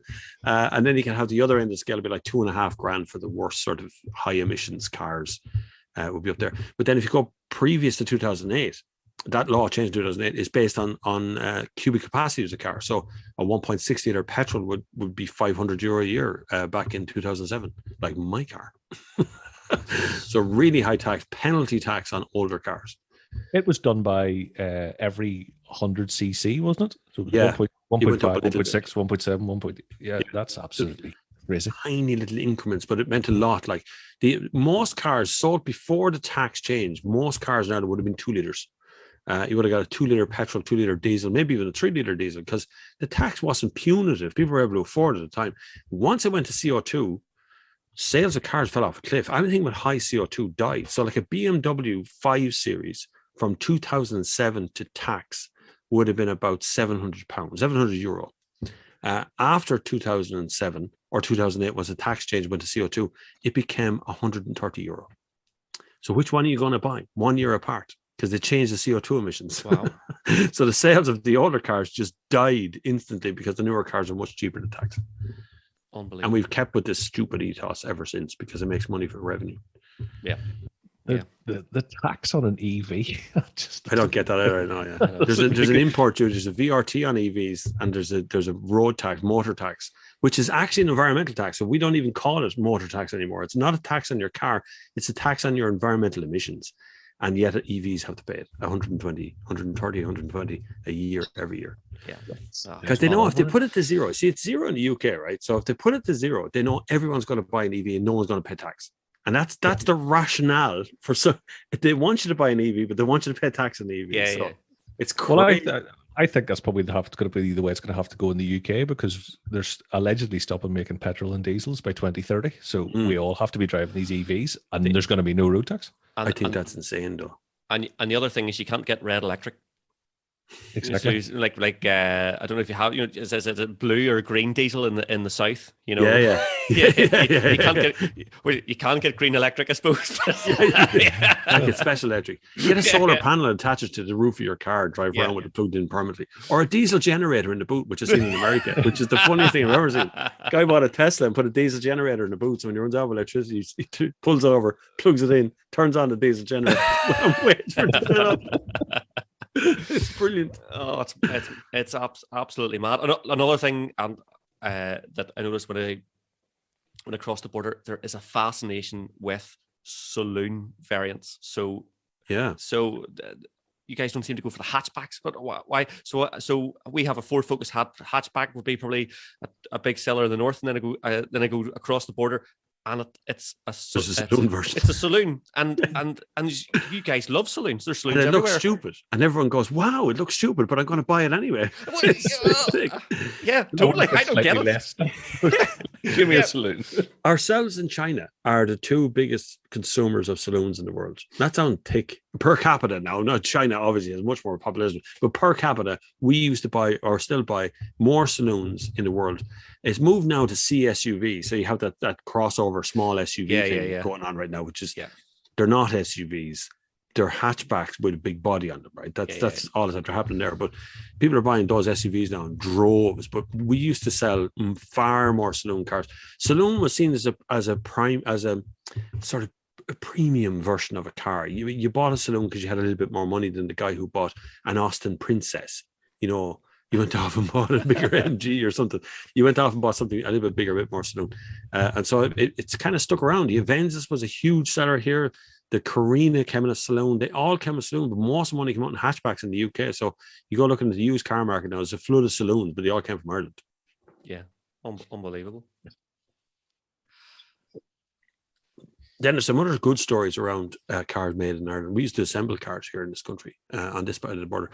Naas Road used to assemble basically every Datsun, Mercedes, Fiat, even Mitsubishi and other brands. They all were assembled here in Ireland. But the problem was, if you were buying it from the dealer, so you go in, you order your Ford Escort, which would have been made down in Cork. You order the dealership, you buy the bottom range, the bottom end of that market, whatever the lowest grade Escort is, least amount of money. But because I knew Jimmy on the line down in the Ford Escort Ford plant, I'd ring Jimmy and he'd put in all the electric windows and all the leather seats and all the good shit put onto the car. And the car that's delivered to me would be nothing at all to do with the car that was ordered. Now, that was a brilliant story. It was like legend at the time, but it's become true now because the used car market, or the used car collectible vintage car market in the UK, is now getting onto the vintage car groups over here in Ireland going, how come the logbook of this car says it's a G when it's turned out that it's an XLI? Like, the car does not match the logbook at all because the logbook is made by the dealership at the time. So it's still coming back around now. It used to go on all the time. It put most of these companies out of business. That's hilarious. That is unbelievable. You get Jimmy to do you a gear. Do me a quick gear. Friday afternoon gear, Jimmy. Unbelievable. So to come full circle from 2018 when I asked you what car I should buy and didn't, I'm going to ask you again. What car, if I should buy one, because I currently drive a 14 Touareg, and I drive up and down to Belfast to do about sort of 40 miles a day. And skinning me in diesel because it's a 3-litre V6 diesel. So I am thinking about replacing it with a mini EV. Ooh, short range. Yeah, to take on the daily duties. It is. The mini EV is the best handling EV you can buy. If you want something that actually handles really well, very sharp steering, is really good to drive, like it's an engaging thing to drive, Mini has it nailed because all the way it's on the bottom, in the middle of the car. So it feels like a mid-engine sports car drive, but the range is really short. Yeah. So when you're having fun, the light comes on after a minute or two, and suddenly you need electricity again. The benefit of having a smaller battery is that it's not quicker to charge up, but to get it to 100% charge takes less time. Right. So it really, you could charge it twice a day and you'll be doing fine. You charge it in work and then charge it at home and you'll be grand. You get a couple of days out, but Mini is one of the better ones. But unfortunately, electric cars are quite expensive if you compare them to a petrol one. This was I was looking at it on lease, and it's about 300 quid a month. Yeah, and I'm probably spending 300 quid on diesel. Yeah. Well, you'll definitely save money. It would kind of work out, and then it would give me the money from selling the Touareg to buy something like a V8, like an M3 or something, and that won't do a lot of miles, so I'd consider the house. He's got a map. He's got it worked out. You don't even need to ask me for advice. You have all this planned out in your head. I'm just going to agree with you now. This is a good idea. You just need some validation. Peer until pressure. 2 weeks ago, I hadn't driven an M3. Has you? None. Any M3. Wow. Shit. Must be. How would you feel then after you drove the M3? But you feel like, whoa, I want one of these. I drove a black car yellow E46. Yeah. Which is owned by a friend of ours who won it on a raffle for £2.50. His first and only raffle. I really hate those. The raffles are unbelievable. His first and only, so he won that, and it was really good. But you had to ring a snack to get it going. And it was only in it for a short time. But then another friend of ours, he heard the podcast and me complaining about never driving an M car and thinking, went, right, I have an M4 competition. I don't need it for the weekend. Take it away. I'm not. It was just the best weekend.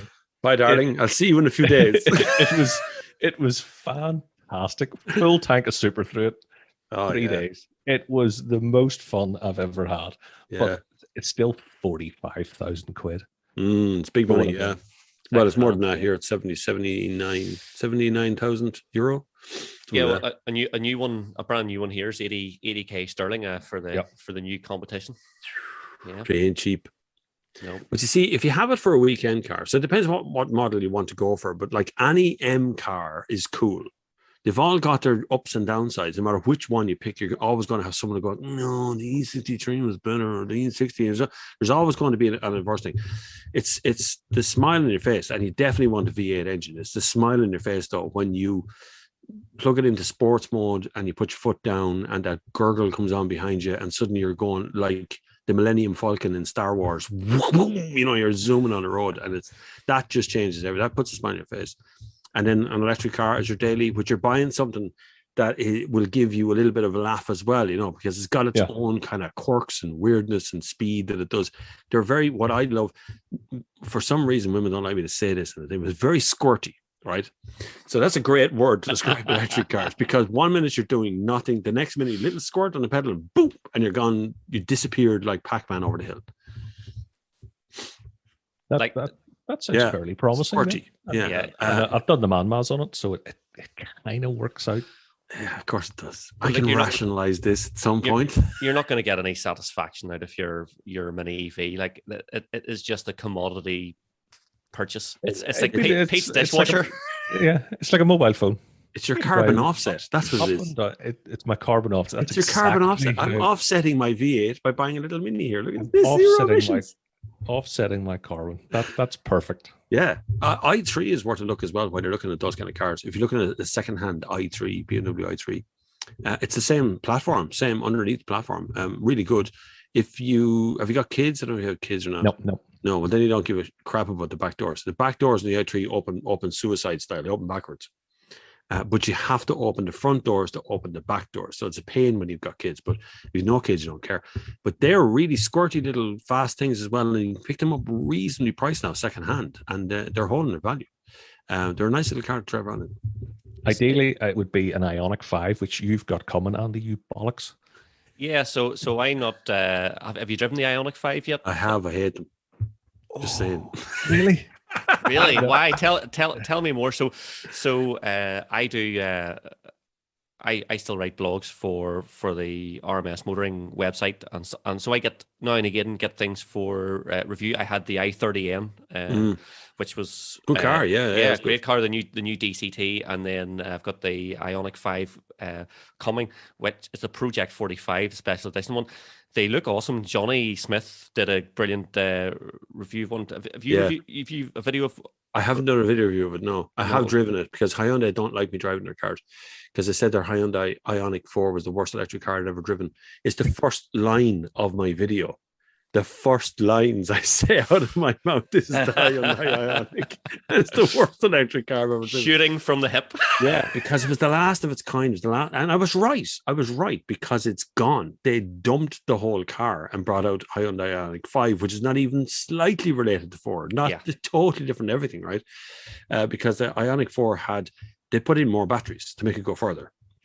And in doing so, they put some of the batteries under the driver's seat, which meant if you were tall, your hair was rubbing off the roof. No matter where you sit, you couldn't sit in any sort of reasonable way that would make sense to you. So it was horrible. It was long range, but I did say that afterwards. But because of the first line of the thing, Hyundai Ireland stopped talking to me.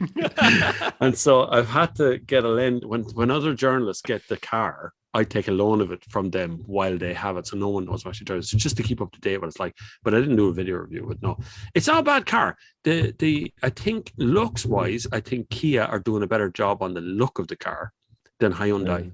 And it's, EV6, which I'm testing. I'm going on to Marbella in a couple of weeks to test that anyway. So I just think Kia do kind of cleverer things with the suspension, and they do. I don't know whether Hyundai kind of do stuff and then go, right, Kia, you do whatever you want to do. And they don't talk to one another because the cars often come out very different, not just looks wise, just the way they handle it. Even though they share so much, a platform and share technology and share the drivetrain and share the batteries and all the rest, they still come up with a very different package. Yeah, even the plants in Korea has Kia on one side and Hyundai on the other. It's the same plants, just two different roofs across the things. And they share literally everything, but they don't seem to, at the last minute when the cars are coming into the country, they seem to do something different to the cars, make them seem different, because last things they sort out is suspension. Yet I've driven a Kia and Hyundai back to back, the two same cars, like a Rio versus whatever the Hyundai version of it, and they feel entirely different when you're driving them around. I think though the Koreans are making excellent cars. Yes, they are, and the Chinese will be not far behind them now. Yeah. I predict in the next 5 years the Chinese car companies will literally take over the European market completely. There won't be a European manufacturer who won't feel the bite of a Chinese car company, or they'll have to get them manufactured out there. They'll have to move their manufacturing. Well, you see Tesla building Teslas. In fact, probably most of the major manufacturers build Chinese. They had a law. They had a great law in China.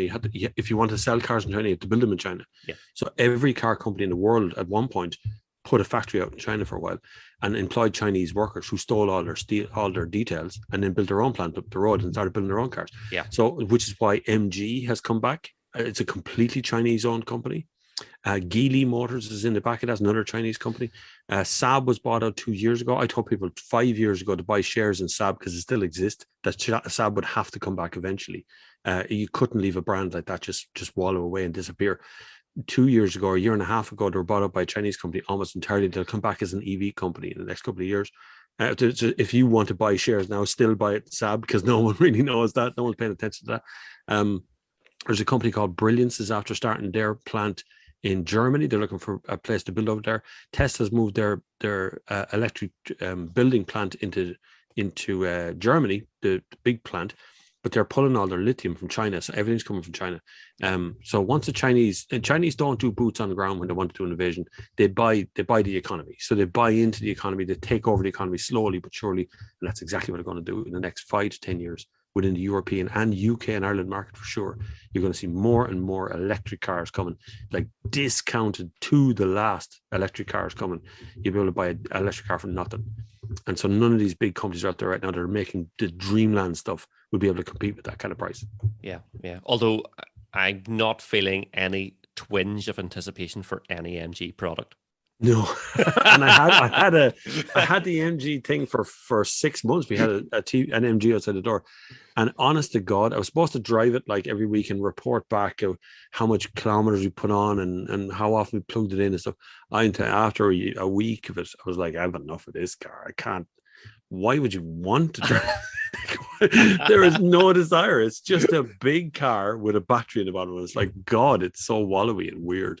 And then the longer we drove it, the more it started to creak and groan and made weird noises coming off speed bumps. It just can't cope with its own weight. Like electric cars are much heavier than the petrol powered car, much heavier. Yeah, but I suppose I could totally understand what you're saying about China, because you look at the Korean manufacturers 20 years ago to where they are now, and they're at the top of their game. They're probably second only to Tesla for mass manufacture of electric vehicles that are really, really good. Like I've driven the Kona EV. It's a superb car. That EV6 GT that's due out October 2022. It's going to be incredible. It's like 500 horsepower.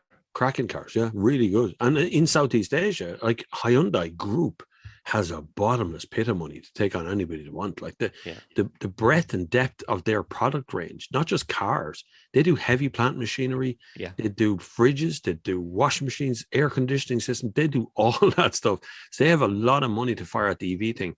And like a few years ago, again, 5 or 6 years ago, I said to everybody that Hyundai will be the king, Hyundai Group and Kia with them will be the king of the EV segment because they have the money to plow into their own battery technology. And now they're talking to Apple to make cars. They're talking about Google making cars.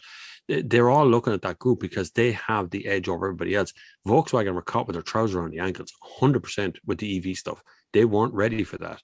Neither was Mercedes, maybe a little bit more prepared, but BMW still have only just launched their first electric car in the last 2 weeks. Like, it's crazy how far behind the Germans and the European manufacturers have been on this electric car front.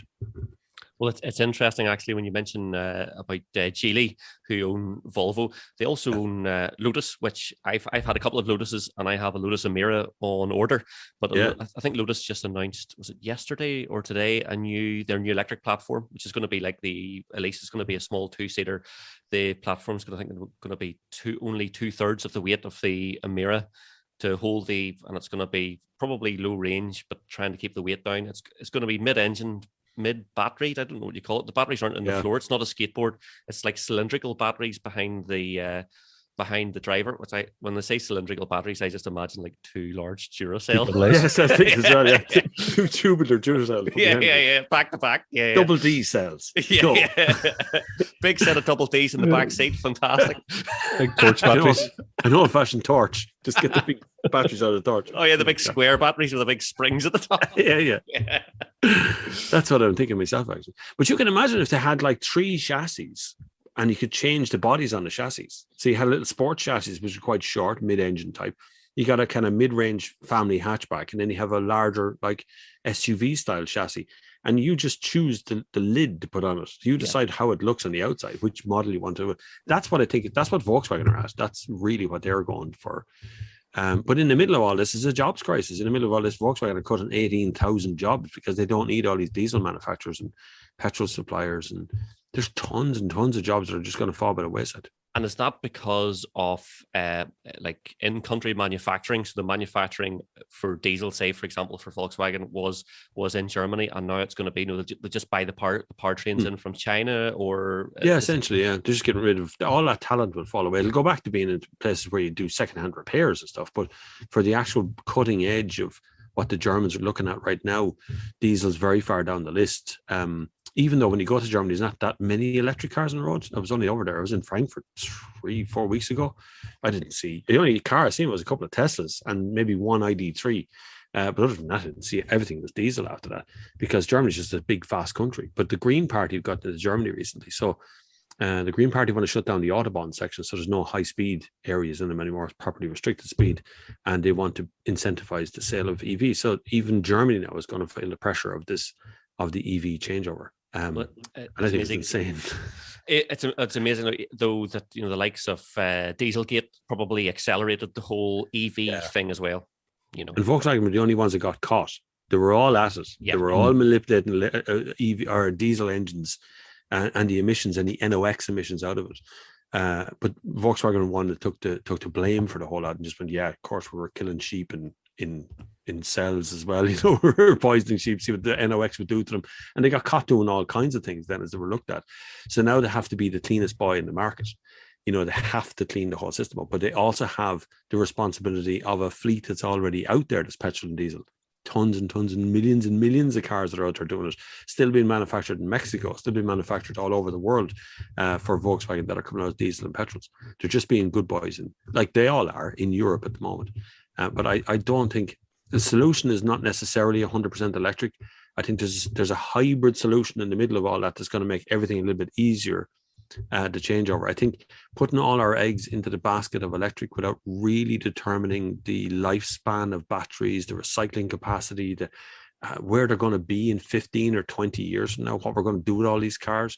Do we just dump them all in the ocean and start again with something? Will it be hydrogen in 5 years' time? Yeah. You need to have a more gradual, progressive look at things instead of what we're doing right now, which is always the urgency. It's always like, let's get rid of them all by 2030. Right, forget about it. That's it. We're done. The job's finished. Let's just rub our hands there now. We're finished with that. Doesn't work, Yeah, that's it's changed times. And look at the moment that I don't know what the price of fuel's like in the south, but up at the heartbreaking. It's frightening up here. It's 142, 143 a litre for diesel up here. So what's that translate to, like 170 something? Yeah, it would be. Yeah, you're probably more expensive now than petrol diesel than we are. I suppose we're about €160 for a litre of petrol. Mm-hmm. Diesel would be 149, let's say 149.9, so 150 you could say in diesel. But we have always had slightly cheaper petrol and diesel than you guys, and I don't know why that's always been that way. It's always seems to be around that. I've also noticed often in places in England that the petrol and diesel are exactly the same price. When you're driving around, it's kind of weird that they have them. It's weird to see when you look at the same price down on the list for both petrol and diesel, because you're used to seeing such a difference, because diesel's just generally cheaper. Is that because there's less tax? Diesel's always been cheaper. Yeah, diesel's just we incentivize diesel here, even though on the one hand our Minister for Transport is a member of the Green Party, like he's the leader of the Green Party. Mm-hmm. Still, you can claim the VAT back on your purchase of diesel. At the pumps, if you're a business, you can claim the VAT back off the price of a van if you buy a van if it's diesel. So we still encourage diesels a lot, and we make diesels a little bit less cheaper, a little bit more affordable at the pumps as well by just changing the way the import duty works on it. So we still incentivize diesel 100%, but you can't do any of that with electric. So we're so far behind. We're trying to put more electric cars on the road, but we've done no incentives essentially, apart from just discounting the VAT off the VRT off. What's the infrastructure like? Because I don't think we have much in the way of superchargers. I think you've some Tesla, like for example, Tesla superchargers. But what if you're testing an EV? Are you thinking, oh shit, I'm going to get ZapMap out here, and half of these chargers are going to be in use or broken, or yeah? It has happened to me already. I had what I would consider to be the best electric car you buy at the moment, which is the Skoda Enyaq. Yep. I think it's a phenomenal machine. Just a gorgeous looking thing. Works really well. Electric charge is pretty good in them. They do about maybe 400 kilometers. But I decided to test one during the summer, so I put a trailer on it. First thing you do, of course, with electric cars, get a tow hitch, put a trailer on it. So I rang Skoda and said, it says in the manual it can tow 1,000 kgs. And I go, yeah, I can. Have you got one with a tow bar on it? So they gave me one with a tow bar. So I got a little camper van thing. I call it a dog box, but it's like a little 2-sleeper camper van, tiny thing. Yeah, it's 450 kgs. Put it on the back of the Scotty Enyaq and took off driving. It's fine until electric cars are okay when you have your home charger. Once you go into the infrastructure level, that's where the whole thing collapses. You're at the behest of whatever the charger is. So you aim for this charger, you hope it's going to charge up, there's going to be a fast charger. You get there and you find out it's a 22 kilowatt, which isn't bad. Then you realize your car only charges at 8.5 kilowatts. That means you're going to be stuck there for 9 hours not charging your car. So it's the infrastructure it's not the cars anymore. The cars were used to be the problem. Like the original Nissan Leaf would basically do 90 to 100 kilometers with a tailwind, downhill maybe. Now we have the range in the cars, but now when you get to the other destination, you're going to be stuck there for a while unless it's a fast charger. And even the car companies say you're not supposed to fast charge your car every charge. So you can't just keep fast charging it all the time. It harms the battery over time. So there's all kinds of, I suppose it's a little bit of bait and switch stuff going on, a little bit of hoodwinkery or, kind of, it'll all be okay in the end. But actually when you do use, and I've used many electric cars, there's a fierce frustration with infrastructure. And the further west you go in this country, the worse that infrastructure becomes. Yeah. Well, if they're trying to get everything sorted by 2030, we're nearly into 2022. 8 years ain't going to do it. No. How do you get how do you get someone who has a 1 liter Nissan Micra and they live in the countryside, they drive into town once a week in their little Nissan Micra, they service it once a year, it gets an NCT once every 2 years. How do you get them out of their 300 or 500 euro car into a 50,000 euro new electric car? Yeah. How does that take place? I just can't reconcile it. Like the only way that people generally can afford EVs at the moment is by lease, because the actual buying cost of them is extortionate. The depreciation on them is also extortionate because they go down in huge, depending on battery technology. So if battery technology changes in the year you bought your EV, it's worth less next year because it won't go as far as its next generation. Yeah. And if you look back at every generation, it almost doubles. Every one of them. The first Nissan Leaf went about 80 to 100 kilometers. The second Nissan Leaf went 250. So it just about doubled. Yeah. Then the third generation can do nearly 400. So every time it doubles with new generations. So now Nissan say the first generation Nissan Leaf is no longer supported. We're not making software for it. We're not going to help you anymore. That's it. You're done. That car is less than 10 years old. Yeah. And Nissan has already just washed his hands of it. That's good luck now. It's Enjoy your Leaf. Isn't it? Enjoy yourself. Yeah. Enjoy your future technology. Make like a tree. And fix yourself now. Make like a tree and fuck off is exactly right. Yeah. Don't call us. We'll call you. Yeah. Unreal. That's going to happen for I predict that would happen with all software. Look what Apple's done with all of their stuff, and Sony and every other company's made a phone of any kind. Eventually, stop supporting the older models. They just go, "Nah, we're not doing any more with that. Forget it. You're on your own." That happened. Now that's happened with a car. We've a huge thread on the forum about what we call bangernomics. You buy brilliant. something. I love bangernomics. Yeah. It's just a science, like. Yeah, it's funny you mentioned something like Saab. Like you get like a nice old Saab 9.3, like a 15-year-old Saab 9.3 with 150 or 200k on it, and it will do the same again. Good, yeah, no problem. Yeah. But what we're talking about now, that just becomes a thing of the past because the fuel will be taxed through the roof, and the only option will be to go electric. But why? Yes, why would someone want to spend? Well, I could get away with £1,000 a year and £200 a year of servicing. Yeah. To go and start spending even 500 quid a month on a lease, which they're like. Yeah, and then if you look at like owners clubs and stuff of people who are EV evangelists, people who already know about EVs and they understand it and they're pushing it because it's that moment of I like it, so I'm going to make you like it.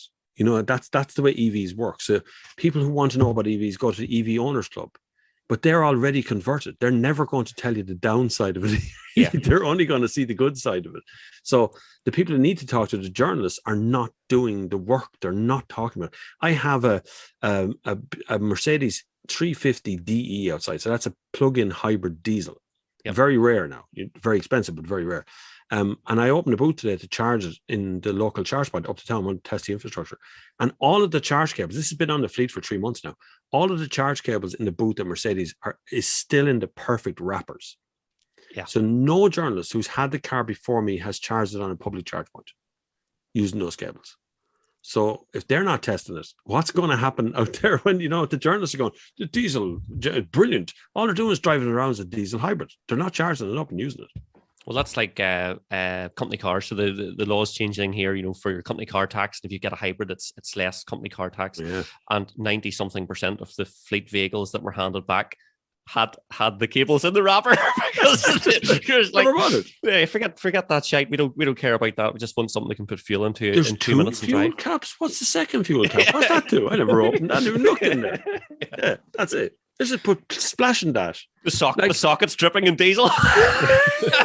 Covered. You love it. It just all dribbles out the mold and diesel and smell of diesel out. Damn, went the wrong side. But we're throwing away a very, very efficient combustion engine that has solved all our problems for the last 120, 130 years. Combustion engines done everything. Before that, it was steam engines. We started with electric cars. But there is a balance that needs to be found, because as motorists, we're being penalized individually for having a combustion engine. But jet planes, the reason that Ryanair has a fleet in Ireland, the reason Aer Lingus flies from here now, is because they don't pay tax on aviation fuel. There's no tax. It's tax-free for them. So they buy all their fuel in Ireland. But that aviation fuel is kerosene, and they burn it at 10,000 litres a trip. Right. From here to Barcelona is 10,000 litres of aviation fuel, and then 10,000 to come home. And that's one plane, one journey.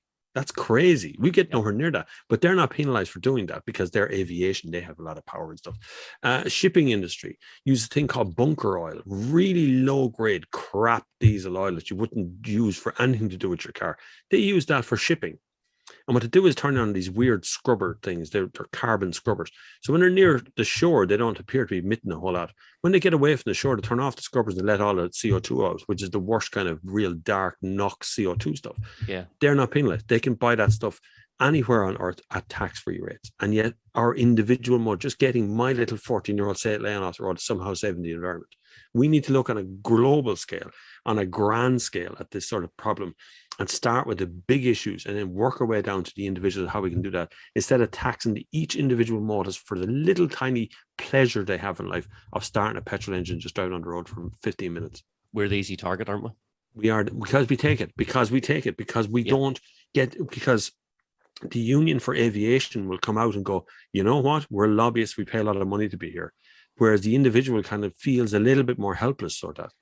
And then we have a protest, we march on Leinster House, or we go to whatever political realm we want to, and we make our voices heard, and we make no difference. They just ignore us because we don't unionize. There is no union of motorists. There's no kind of gathering of individuals who would get together and represent us on a bigger scale.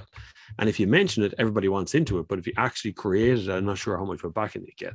But if we created a union of motorists, you would change the world overnight. Yeah, and that's where the likes of back to Dieselgate. That's things like that killed it. It went the other way. The thing swung the other way, and they said, "Well, look at you guys are cheating and all the rest," and then it made it easy for all these sweeping reforms to come in about going electric and all the rest. But we'll end up the manufacturers aren't going to pay for it. They're saying, well, the average price of a hatchback used to be 20 grand, it's now 38. Yeah. Suck it up, price guys. Is crazy. Yeah. You're paying the fines. All the people who buy new cars are paying the fines that they're all got the fine. 10 billion in fines. We'll just make cars 5 grand more expensive than they were last year. It's fine. Yeah. Okay, see this Golf 8, we'll put an absolutely shit interior into it and put another 10 grand on the price. Put these crappy, shiny plastic things all over the place and go, right, that's it. This is an improvement. It's going to be good for your haptic feedback in your fingers. You'll feel better in life. Light a candle, it'll be all okay. There's a wildness right now that everybody, like, even when you think of what Dieselgate was the diesel cars going into the United States cannot emit NOx. And they got caught not emitting it, but they got caught by cheating to get it in there. But we didn't have the rule over here. It made the difference here. We were allowing NOx all along. Just suddenly we went, wait, no, what's this NOx stuff that everybody's talking about? And suddenly Europe goes, my God, that kills children. Let's get rid of it. But everything emits NOx. Like anything that combusts emits it. So we're driving people into petrol cars. Petrol cars emit more CO2. But we want to get rid of CO2 as well. So we have a problem with CO2 and NOx is the two problems. So let's take everybody out of low CO2 cars, diesels, and put them into high CO2 cars, petrol, and then put in a petrol particulate filter because petrol also emits NOx. So it's this roundabout way of getting us into electric cars that doesn't make a lot of sense. I think in 10 years or 15 years time, we're going to go back to diesel where we were before, because there's nothing more reassuring than jumping into your 640D on a full tank of diesel, turn on the key, look at your range meter, and it says 1,200 kilometers to empty. And at that 1,200 kilometer mark, you just go splash into another 1,200 kilometers 5 minutes later. Like it's just 10 seconds, and you're okay. You're going again, like a Formula One pit stop on Cannonball. Turn up, go. And that's we're gonna miss that. I love the thought of someone rolling into a VW dealership in the States saying, "Oh yeah, it's the new VW GTI. Oh, awesome! No knocks, perfect." And they get in and say, "Will my Glock fit in the glove box?" You know, where's the gun holder? I'm telling you, I have it sussed. If you drive a mini EV, you can have an E92 M3. Exactly. You see, there you go. This is how you work things out. In your head, you go, I'm going to drive a very low CO2 emission car that has a really short range, and I'm still going to look cool. And on the weekend, I'm going to look super cool because I can always put a little sticker on the side going, my main car is a Mini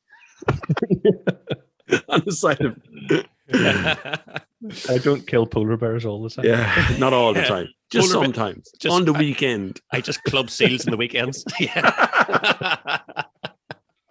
But I sound awesome doing it. Yeah. The grumble of a V8 as the little seal dies. Look, you were mentioning earlier on, because we sometimes talk about some of the news, some of the things that are going on up here with the podcast, and you guys down there have 2-year NCTs. Yeah. And there's a consultation at the moment to see if our equivalent MOT should move to 2 years, and partially this is to release the pressure that our MOT centres have been under. So we have government centres, annual testing. COVID came, they closed the centres down, enormous backlog. So they just give... And the ramps as well. The ramps are all broken. That's right. We had all the ramps broken as well. Yeah, must be the same company. Yeah, I haven't had an MOT in my Tuareg since 2019. And I don't have one until January 2022. I just now sell it. I have They just keep extending it. That's because you keep buying new cars on it. Well, that's true. That is a problem, but that's a separate issue. That's his habit. That's his whole house. He's in there right now. That's it. I've sold everything. I just bought new cars. Yeah, just bought new everything. But yeah, so there's this whole consultation because the ramp, the debacle was a frigging nightmare, and then of course that closed the centres down for a while, and then COVID closed it down. But I don't know. I do think that if we went to 2-year test, we'd have more people with bald tires and not working lights, and people wouldn't care, because the ordinary motorist would say, we'll just get away with it. I'll only service it every 2 years instead of every 1 year, and I don't know. It's going to be a strange one. I think our NCT is every 2 years until the car is 10 years old. Then it's every year. Unfortunately, NCT is kind of behind the ball. I think MOT is as well, because the cars are changing very quickly with EVs and zero emission stuff. You can't test the CO2 emissions on an EV car. Like, it's quite hard to test anything. There's so many things. We haven't got to that issue. Like, the NCT is not ready for that yet. There's just things an NCT can't test on modern cars that make no sense. Like, they couldn't test Prius for a long time because you can't rev. When a Prius is in park, it won't rev. The engine won't come on. It'll just be a battery car. So the Prius got a free pass on the CO2 emissions because you can't do anything with it. Yeah. That's why Prius became really popular, because it couldn't fail a CO2 emissions test because you can't test it anyway. Yeah. So it made no sense to have, like, the way NCT works. It did keep certain things off the road. Like, it did stop the 80s kind of bald tires, mixing radials with, the whole kind of broken shock absorbers. And my brother had a Hillman Hunter. You could see the ground through the floor and when it was driving along. You could actually see the road as it passed by. Rain would come up under the floor of the car because it was coming through from underneath. They were rotten cars. My other brother had a Renault 19, which when you turned left, the door would open. The passenger door would just swing wide open, and it had no seatbelts. So it's like you just fall out in the middle of the road. Although a Renault 1916 valve was a great hooligan of a vehicle. Oh yeah, those old cars were though. The really old Renaults were brilliant. Stupid suspension, but they were brilliant cars. My father had 2 Renault 12s, same color, prosthetic limb beige, both of them. He went off. He went off at one day and came back and he said, "Well, I bought a new car." We all went outside. It was the same color. We all went, "Where's the car?" And he was so angry about that because it just looked the same car to us, but to him it was a new car. But it was properly like prosthetic limb beige, that beige color that used to get the old prosthetic limbs in. like hearing aid beige, yeah. And it creaked. It was all Bakelite plastic, a horrible plastic stuff. So every time you put your hand on something, it was like creaky sound round corners. Horrible cars, but now they're collector's items because they all rusted into pieces. We're flipping getting it up the ass at the moment with between the petrol, MOTs, the price of second-hand cars. I presume it's the same in the south. The second-hand cars, it's just ridiculous, extortionate, yeah. And going up, not going down. Like you can get more money for a car you may have bought 2 years ago for 20 grand. You probably get 25 for it now because it's just so few of them in the market, Yeah. So because we're stuck in this little part of the world. We're stuck all on the same side of the road and on the same side of the car. But everywhere else in Europe drives on the other side of the road and the other side of the car. So we can't just tip over there to Spain and import 50 hatchbacks because they're all the wrong way around. Yeah. We need to change the side of the road we drive on. This solves all the problems. If we all drove on the other side of the road, we can import cars from Europe. In the story, everything goes down in price.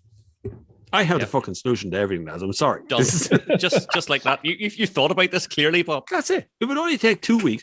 All you have to do is stay home for about 2 weeks after we change the side of the road. Then the man lads would all be dead. We would just go out there. Done. The crashes would have all happened. The head-on collisions all would have sorted out. All of the dead people out there. Then the rest would go on the road and go, "That's grand." And now I know I'm going to be driving on that side of the road. Do you know what? I can imagine they would never agree because the Stormont up here can never agree on anything. So you guys would drive on the right, we would drive on the left, and then at the border we would have this amazing like overpass and underpass where or like potluck, Let's hope I take the right overpass here. Yeah. That would be true. Never agree on anything anyway. No. Totally. No, that's politics, doesn't it? The people of Ireland can agree on all kinds of things. Yeah. But when you elect them into some sort of parliamentary position, it's like, no, I'm not going to talk to that side anymore. Well, speaking of our wonderful government, we've another thing that a great initiatives have had recently is this high street voucher. Have you applied for your 100 quid yet? No, we're not getting that there. They wouldn't give those. You've applied for So So of course, then it was even funny the way they did this. They built this website where you had to apply for it, and they opened it during the week, and of course, immediately crashed. It opened on Monday, and 1 million people applied on Monday and crashed. And like it was a really highly complex website. It was please enter your email address and press a button, and then it sent you an email, and that was the website that crashed. Oh, Jesus, terrible. But 100. Everybody booked a holiday all at the same time at 100 euro. £100 out the holiday. Jeez, you can go nowhere for 100 quid at the moment. No. Oh, like see the price of hotels and as what you're saying about the Cannonball and all the rest. Like you pay 300 or 400 quid a night for a really nice hotel. I worked out. I did a TikTok on it. I worked out that I could go on holiday to Marbella for 5 days cheaper than I can go on holiday to Waterford for 3 nights with the kids. That's mad. It was crazy money, like it, and it included flights and everything. It was just, and everybody came on and go, "Yeah, but they get paid less in Marbella." And I go, "I don't care because I don't get paid less." I just want to go and see, what's this got to do with me? I'm not going to live there. I'm not going over to live there and buy bread and stuff. I want to go and stay in a hotel. But they're on less than minimum wage. That's their problem. I'm sorry. It's less than our minimum wage. Yeah. Their minimum wage is fine. Yeah, it's fine for them over there. They have sun, though. Yeah, they do have sun. Yeah. When the rain started to get cold, had to order heating oil today. I know, it's terrible. I was out filming today up in Car Store, shooting some films on it. I was doing a Golf R versus a VRS diesel versus a GTD. All basically the same car, but a Golf R with 4-wheel drive. Which one would be more affordable to run? It's a funny video. But I was standing there in my little Car Store jacket thing, and a breeze came and I went, "My God, that was a cold breeze. What where the sun, it's sunny and now it's cold as well. Yeah, this is crazy. This time of year is weird. This is the start of it. Yeah. It's time to get the fire lit. Yeah, it is. Yeah, I know. I hate that point though. I actually love Christmas. I love that point of that part of the year where it becomes decorations. Everybody's humor goes up a little bit of stress comes into life, but the rest is good. But I don't at this bit where we're in a no man's land now. It's neither summer nor autumn nor winter. It's not quite anything yet. We haven't decided. You don't know what it's going to be from one day to the next. And I'm looking forward to a bit of snow, and that's probably going to be 6 months away to get everything switched off in this Yaris and do the full Tommy Mackin and stuff, you know. Yeah. Don't do what I did last year, which was lockdown. During the lockdown, it started to get cold. So I turned on all the rads in the house to because it was properly cold, you know. And then like a week later, there was a heat wave. It was like an Indian summer camp. I had to turn all the radiators off. Getting melted. Woke up in the morning like, my God, I'm roasting. My wife looking at the thermostat there the other day. Oh, having a wee glance at it. Looking at the up button. Pushing towards boost. Yeah. I have a solution to that. It's called woolly socks. What you do is just go out and buy a pair of woolly socks. Out of nowhere, just walk in and hand it to her and go, there you go, and there's a little present for you now. And then just leave the buttons alone. I have to buy an M3. I need the money. I need an M3. I'm sorry. You have to put socks on. M3 and a pair of socks and a minute. Put that in the shopping list. Well, here you can use your £100 voucher. I was going to say, well, what I was going to say is you can't use that £100 voucher online, but you can use it anywhere in person. Craig, you're going to say use it to go and buy trainers. Good chance, yeah. But I really think you should use it to go and buy car parts. Actually, what I'm going to use it to buy is a new pair of the best slippers in the world, which are North Face mules. Wow, look at them. They look like complicated slippers. In the world, they've got a rubber sole on them, so you can go outside. Right, these are very fancy looking. How much are these North Face slippers? They're like 50 quid. 50 quid for a pair of slippers? I have a very important question. Do you wear socks with your slippers or not? Yeah, well, it depends. I knew to be it depends in its or. Go on, explain. First thing in the morning, no, straight out of bed, slippers on. When I come home in the evening, I don't take my socks off, keep the socks on, straight into the slippers again. Right, what about you, Andy? Do you wear slippers at all? No. It's like a dirty question. Oh, no, I do. Generally unsocked. Unsocked? Unsocked. Your slippers not get really smelly really quickly, no? No. Craig's very clean. Well, do you know what? It's just, again, it's one of those things, isn't it? It's just whenever if you're wearing socks at the time or not wearing socks at the time, just need something to put the feet on. Now, the question is, Craig, because they're North Face slippers, do we see you down the local Spar wearing them? I have a fancier pair of camouflage boot ones that I sometimes go. You have a weekends and special occasions pair, do you? Camouflage boot slippers. Yeah. Oh my God! There's been the odd occasion where I've been at the local Spar in the car, and I've pulled up outside, and I've just got to get outside, and I've glanced at my feet and gone, "Oh shit! I still got the slippers on." Then he goes, "Oh shit! I still have my pajamas on." Yeah. I'm not going home to change, so let's just crack on. That smells of diesel. Pajamas. I'll have M3 pajamas. Yeah. Little BMWs all along the leg. I'll go full BMW wanker. I'll have everything, top to bottom, cap, jacket, polo, and a little tattoo right here, BMW. Yeah. An EV one here. Yeah, a little lightning bolt on your. Unreal. I had a brilliant. Now, when you were at Cannonball, I had a brilliant day down at Modelo. I love that circuit. It is absolutely first class. It was the first time I had the Yaris out on track, and it was absolutely epic. Did you? Well, the Yaris GR now dances like it's nearly made for Modelo. It's a handling, it's a handling circuit. Yeah, technical circuit. The straights are quite short, but there's corners in it that I still, every time I go, even lap to lap, I still can't get the corner right. I get it right once, I go, wow, right, I know the angle I'm on. Next time around, a different angle. Yeah, it's because there's so many streets. Because actually, the week before last, I was at Kirkeston, and I've driven Kirkeston a lot, and Kirkeston's great because it's local and it's fast, all the rest, but it's flat and there's a low number of corners compared to Mandello. Have you been to Mandello, Craig? Yeah. I'm sure you have. Craig, have you been? I was at a show about 2002. All right. There was no driving at it. I was doing some other stupid shit. Whereas Mandello has hills and cambers and really technical sections, and there must be, I don't know, is there 14 or 15 corners at Mandello? That's a great. Yeah, I think 15. Yeah. Yeah, it's a great spot. So it is now great fun in the Yaris. It is a great track car. I took it to Kirkiston as well, but it doesn't have because there's a couple of big long straights. Something with a bit of power is going to pass you, whereas Mandello's a different story because there's so many corners, you've so many opportunities to catch up and pass things. But there's really fast cars that get left for dead in Mandello by small little handling things. Yeah.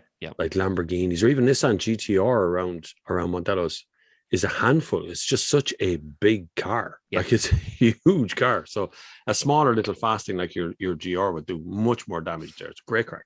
Mandello's definitely the sort of place as well. If there's someone who's a veteran of the place, who's driven there 30, 40, 50 times, they're going to be whatever they drive, they're going to be one of the quickest people there because they're going to know the place like the back of their hand. Because the more you learn it, the more it gives back. Yeah, it's awesome. Do the manufacturers send you on many track days, or do you get out on track much with bits and pieces? A lot of them do. A lot of them go through. So when they want to give you high-powered cars, obviously like BMW they just won't hand out an M4 to someone who's going to wrap it around a pole somewhere, because that's what usually happens. You get a young guy who's enthusiastic and suddenly he's driving a very high-powered 550 to 700 horsepower car, depending on which one you're talking about. So like the Audi RS7, 700 horsepower, like it's a huge monster of a thing that's going. Mm-hmm. So a lot of manufacturers, particularly early on, used to bring us over to places in Germany and like skid pans and kind of off camber things and just handling courses, just let you loose on them and give you a good idea. Even Skoda brought us up to Finland and brought us onto a snow track over a lake, awesome. Which is the hardest thing I've ever had to drive in my life. You've no point of reference. You don't know where the corner is. It's all white. Like it's not like there's a little rumble strip there to give you an idea of where this corner goes. It's just white with some trees sticking out of it. That's all you get to see. So that was amazing. But I did get to drive with an ex-Formula 1 driver, Hans Stuck. He drove us around the same track that I was thinking I was a great boy on. This is lovely. Look at this, it'll drift into the corner, it'll be great. And then Hans Stuck comes out and drives it like at 100 miles an hour. And you're going around going, how does this guy's like the Matrix? Is this how he's driving? Boom, boom, boom. And suddenly the car, and he's chatting away to you like it's driving down the road. Car clubs bring us all over the place. Probably the two best fun times I've ever had. One was on the Circuit of Americas in Texas in a BMW X6M. You know, the big anchor yoke. And they brought us to Circuit of Americas for this. Like you're looking at this 4x4 monster truck going, but you brought me to a Formula 1 track for this? This doesn't make any sense. But it was good fun. It's a fucking huge track, massive track, like much more vertical than I think it is. When you're going up the long straight on the TV, it looks kind of flat. When you're actually driving up, all you can see is sky. There is no corner. The corner doesn't appear till you're at the very top of that end straight. And then the other one was Portimao racetrack with BMW. They brought an M3 and M4. Yeah. They brought a 40-foot truck of tires. They rolled open the curtain on the tires and went, we don't want any of these by the end of today. Do what you want. You take what you like. And on that trip with me was Chris Harris at the time. I was going to say, Chris Harris, I've seen loads of videos of him at Portimao. Yeah. He overtook me power sliding, which wasn't funny. I swear to God. I'm going flat out, and Chris Harris comes around the outside of me with smoke billowing from the back of the car, and he just drifted while overtaking me at the same time with a big smiley grin on him as well. We chatted at that time. Now that was just one of those trips where you meet people up and down all the time. But Chris Harris was just Chris Harris at the time. There was no Top Gear mentioned at the time, but he was doing his own thing. He's someone who has made a real success of the whole YouTube thing with the YouTube Drive platform and all that sort of carry on. You know, well, they got funded by YouTube, so YouTube gave them a shed load of money to make those programs. Yeah. Which made a name for them. I suppose it was a good little bonus. But then when YouTube money stopped, they couldn't make. Like there was no way they could continue having crews of 8 or 9 people out there filming cars. It's just impossible amount to pay, you know. It was kind of silly by YouTube, but it worked out for Chris Harris. I suppose it didn't work out for a lot of them, but it worked out for Chris Harris at the time. because he went on to make his own videos and stuff. My claim to fame is he blocked me on Twitter because he didn't like what I was saying.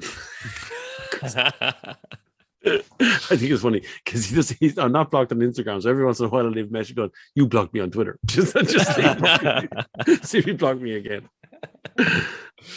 Awesome. I never take offense being blocked. It's fine. No, Dan Prosser has me blocked on, or the RMS Motoring blocked us on Twitter. I have absolutely no idea, because I don't think we don't say anything. Everybody's post is fairly benign, so I don't know why. I wasn't even following Chris Harris. We weren't following each other or something. It wasn't something like I tweeted at him. I just preemptively got you. Yeah, it's just like I must have been on some kind of a list. He just blocked all. Yeah. Somebody said, "Look what Chris Harris out there saying." So I clicked the link, and it went to the account that the tweets of the tweet cannot be watched or you can't be viewed or something. I was going, "What the fuck does that mean?" Then I researched more and went, "Chris Harris blocked me on Twitter. What they do?" Like, I don't remember tweeting the thing at him, but I must have said something at some point. I wonder he's blocked everyone. He's overtaken it in a power slide. Overtaken him. Power slide blocked. Yeah, one hand on the steering wheel, one hand on the phone. Working his way through motoring journalists. Slowly but surely, yeah. You're on my trip, blocked. You're not fast enough, blocked. I'm gonna change gears. Are you a Bond fan, Bob? I would be, over the years. Yeah. Daniel Craig did a good job. Yeah. I knew the new one's out yesterday, I think it came out, is it? Yeah, well, and the reviews have been awesome for it. I'm booked to see it tomorrow night, and I cannot wait. We're going to we just because it's James Bond and because it's on the cinema, we're going to go to cinema to watch it. We wouldn't normally be cinema, but we want to go out to do something other than to the pub sitting outside it in the miserable cold. Yeah. I would be a big cinema goer, and I think the last thing I saw was Tenet, over the lockdown period, and then probably I've only been to the cinema once in the last, again, whatever the period is. So I'm looking forward to something that sort of feels normal. It's the group experience, though, isn't it? I think that's what makes cinema more appealing than sitting at home and you're comfortable having a little beer or watching a movie or something. It's the group experience. I think it's going to be around you. Exactly like what's happened with some of these car events recently, where people, they're not just going just to turn up. They really want to be there because they actually realize how much they've missed it. I know that. So I was at the Titanic Dubs event at nearly the same place, just on down the road from where you guys were for the Cannonball. There was a big Volkswagen Audi group show, as I was saying, that's been running 10 years, and it was absolutely fantastic. It was the biggest turnout they ever had, and the atmosphere was just unbelievable because everyone was just wants to get out and actually really valued. Yeah, what we have, there's this whole renaissance of car enthusiasts, and you see even there was a supercar event up here about 6 or 7 weeks ago, and I never realized there were so many supercars in Northern Ireland, just because people just wanted to get, normally many supercar owners are like, they like to keep things well hidden and maybe don't have keep a low profile and all the rest. And I think now people are like, to hell with it. Yeah. I think there's an element of that, but I think there's a mental health element to the whole thing as well, in that if you don't like cars, sometimes it just brings you outside of your realm of possibilities. It's something, you're looking at it going, this is amazing. I didn't know you could even do these things to cars, or you could lower them, or you can make them taller, you can make them noisier. They're not sure of that. And maybe it lights a fire in some people who was never there before and gives them a new interest. And the ones who are interested get to see things because, you go to meets and you might own a Seat Leon, and you see a Seat Leon on a meet and go, wow, I didn't know you could do that to the car. It looks deadly. I might try that. So there's a sort of get yourself outside your own head thing that's going on, particularly after lockdown, where everyone was stuck inside not only their own heads, but their own houses, maybe living in a house with people that they don't like, that don't want to be talking to, So those people are there too. So if you can lift people out of that, then that's 99% of the thing done, Yeah, unreal. I think it's worth asking the question, Bob, where can everyone find you? So what's all your handles and websites and all the rest that people are looking for you, and what different? Thank God I refined that. I used to be called all kinds of things all over the place, but it's just simply Google Bob Flavin. The only thing that happens that the won't come up there is TikTok. So it's Bob Flavin official on TikTok. Google and TikTok don't like each other, but if you Google me, you will find all my YouTube channel, my Twitter, my Instagram accounts. I'm on Snapchat as well. A bit harder to find me there, but still Bob Flavin on Snapchat, but I am there too. I'm on essentially any platform, and I usually respond to pretty much any question if you've got stuff about anything. It doesn't really matter what it is. It's not big cars, but it helps if I understand the answer. Yeah. So look, if and I think if anyone's listening and they're thinking about buying a new car, you're the man. You're the man to ask. Or search your videos, because you will get a truthful answer, whether it's the right answer or sometimes it won't be the answer you wanted to hear. Because sometimes I'll just go, "No, your car's shite." Don't worry about it. But for sometimes it won't be the right answer. Yes. I did have that conversation. The guy says, "Never guess what I bought." This guy up down, and I go, "What'd you buy?" An MG, because they're shite. And I just said it, and the guy goes, "I did actually buy an MG." Yeah. I thought he was going to play a joke with. Oh no, my God, he bought an MG. So yeah, unless it's an MG. But yeah, you won't always get the answer you want, but at least you get some as close as I can believe to be the truth of the matter of whatever the question is you've got. Incredible. You can't ask more than that. No. And I think that's the responsibility of all journalists. If you're a journalist, listen to this, it's your responsibility to tell the best you can of the truth of whatever it is, even if that means you make an enemy out of whatever you're reviewing. That's your job. Yeah, and I think that's part of it's part of your appeal, Bob, because you speak from the heart, and not from the press release. No, I am the only Irish journalist ever fallen asleep in a press conference. Because when I made the video day one, and then the press conference happens, and it goes, I can't change the video now. Like, it's not like I go back and film it again. So if you tell me something new, I don't care now. It makes the difference, right? So I'm sitting in the back of the thing, I'm watching, but it's very warm. Oh, it's warm, lads. It's like it's Portugal warm. I've had a beer or two already, and I'm sitting back there going, this is like, and it did that old man nodding off. I'm not asleep at all. That's why you don't get the red-eye flights anymore, is it? Yeah, no, I can't stand the red-eye flight. Red-eye flight and the beer and the driving and all, I get a bit tired. I'm very old now, so I can't be dealing with this press conference. Hello from my side. Look at my yellow runners. I'm going to tell you all about the size of my windows. I'm done. I sold 6,000 cars last year. Jesus, that's wild. That really rocks my boat. I can't put that in my video. Can you put this in a synopsis on a press release? I read it at my leisure. Oh, unbelievable. Well, look, Bob, it has been an absolute pleasure to have you. Thanks, Andy. And absolute class. Fantastic. Great fun. And fun enough, like doing a show like this doesn't come naturally to us. You know, we're just making it up as we go along. But every time I do it, I enjoy it more and more, and it's great to meet people like yourself, because otherwise it would be we just watch the videos and you don't understand your whole story about where it came from and where you're going with it and how things have changed, especially it sounds like this last 18 months you've just really found all these new avenues and crazy. It's been a wild time. I can't explain what it's like. You're not trying to blow smoke in it, but I can't explain how fast the world comes at you all of a sudden when you find a niche that works and you're prepared for it, which is even better. You know, it's not like a surprise. It just happens. And you sit back and go, my God, that guy across the street is staring at me now. I don't know what I'm going to do. You just got to go, you all right? He goes, oh my God, you're Bob Flavin. And it's that moment you go, yeah, it's all right. I'm actually here. I'm real. I'm not always in a little box. Unbelievable.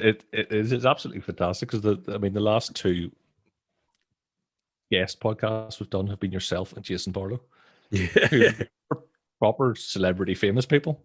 Yeah, talking. He'd be more famous than me, though. Us two dicks. I know. But you see, Zoom and electronic stuff has become so easy now to get. You don't have to go and spend a day, 7 hours getting to something and then sitting down in a room with people. It's not as important. It's nice to do things face to face for sure, but you have much more of an opportunity to catch people now through the kind of Zoom call stuff. So, like, I was on that trip with Jason recently. I don't even talk on a meet. There's so many people coming and going, and you're always busy at things, but we always end up with the same sort of stuff. So it's kind of cool when you sit back and, like, I did a podcast last year and there was like the president of Ireland was on it. There was like a really famous radio celebrity dude, and then me. And you're going, what am I doing here? What is this got to do? It's just TikTok, you know? And you go, this is weird. This is very strange. I'm sitting here with the President of Ireland a few minutes ago. You know? Fucking TikTok and likes cars. So what car do you drive, Mr. President? Yeah. Unbelievable. Well, look, I think we're going to go and try and look for a charging point for this podcast. It's probably not going to be working, so we're going to be a while. We're really going to need a diesel Jenny to keep us going. Just to get the edit going. Yeah. But just thanks to Bob again for sparing 2 hours 25 minutes. Can't believe it. Unbelievable. Wow, it goes by quick, doesn't it? Unreal. And you've been absolutely first class. It's been brilliant. Thanks to Craig as well, and we'll be back very soon. Some more withering nonsense. Please remember, everyone, to like, subscribe, do all the things we're supposed to tell you to do. Follow us at RMS Motoring. You can email us at pod@rmsmotoring.com if you have any questions, or get us on the forum to ask any more questions. And thanks for joining us. And remember, there's no warranty. This was sold as seen.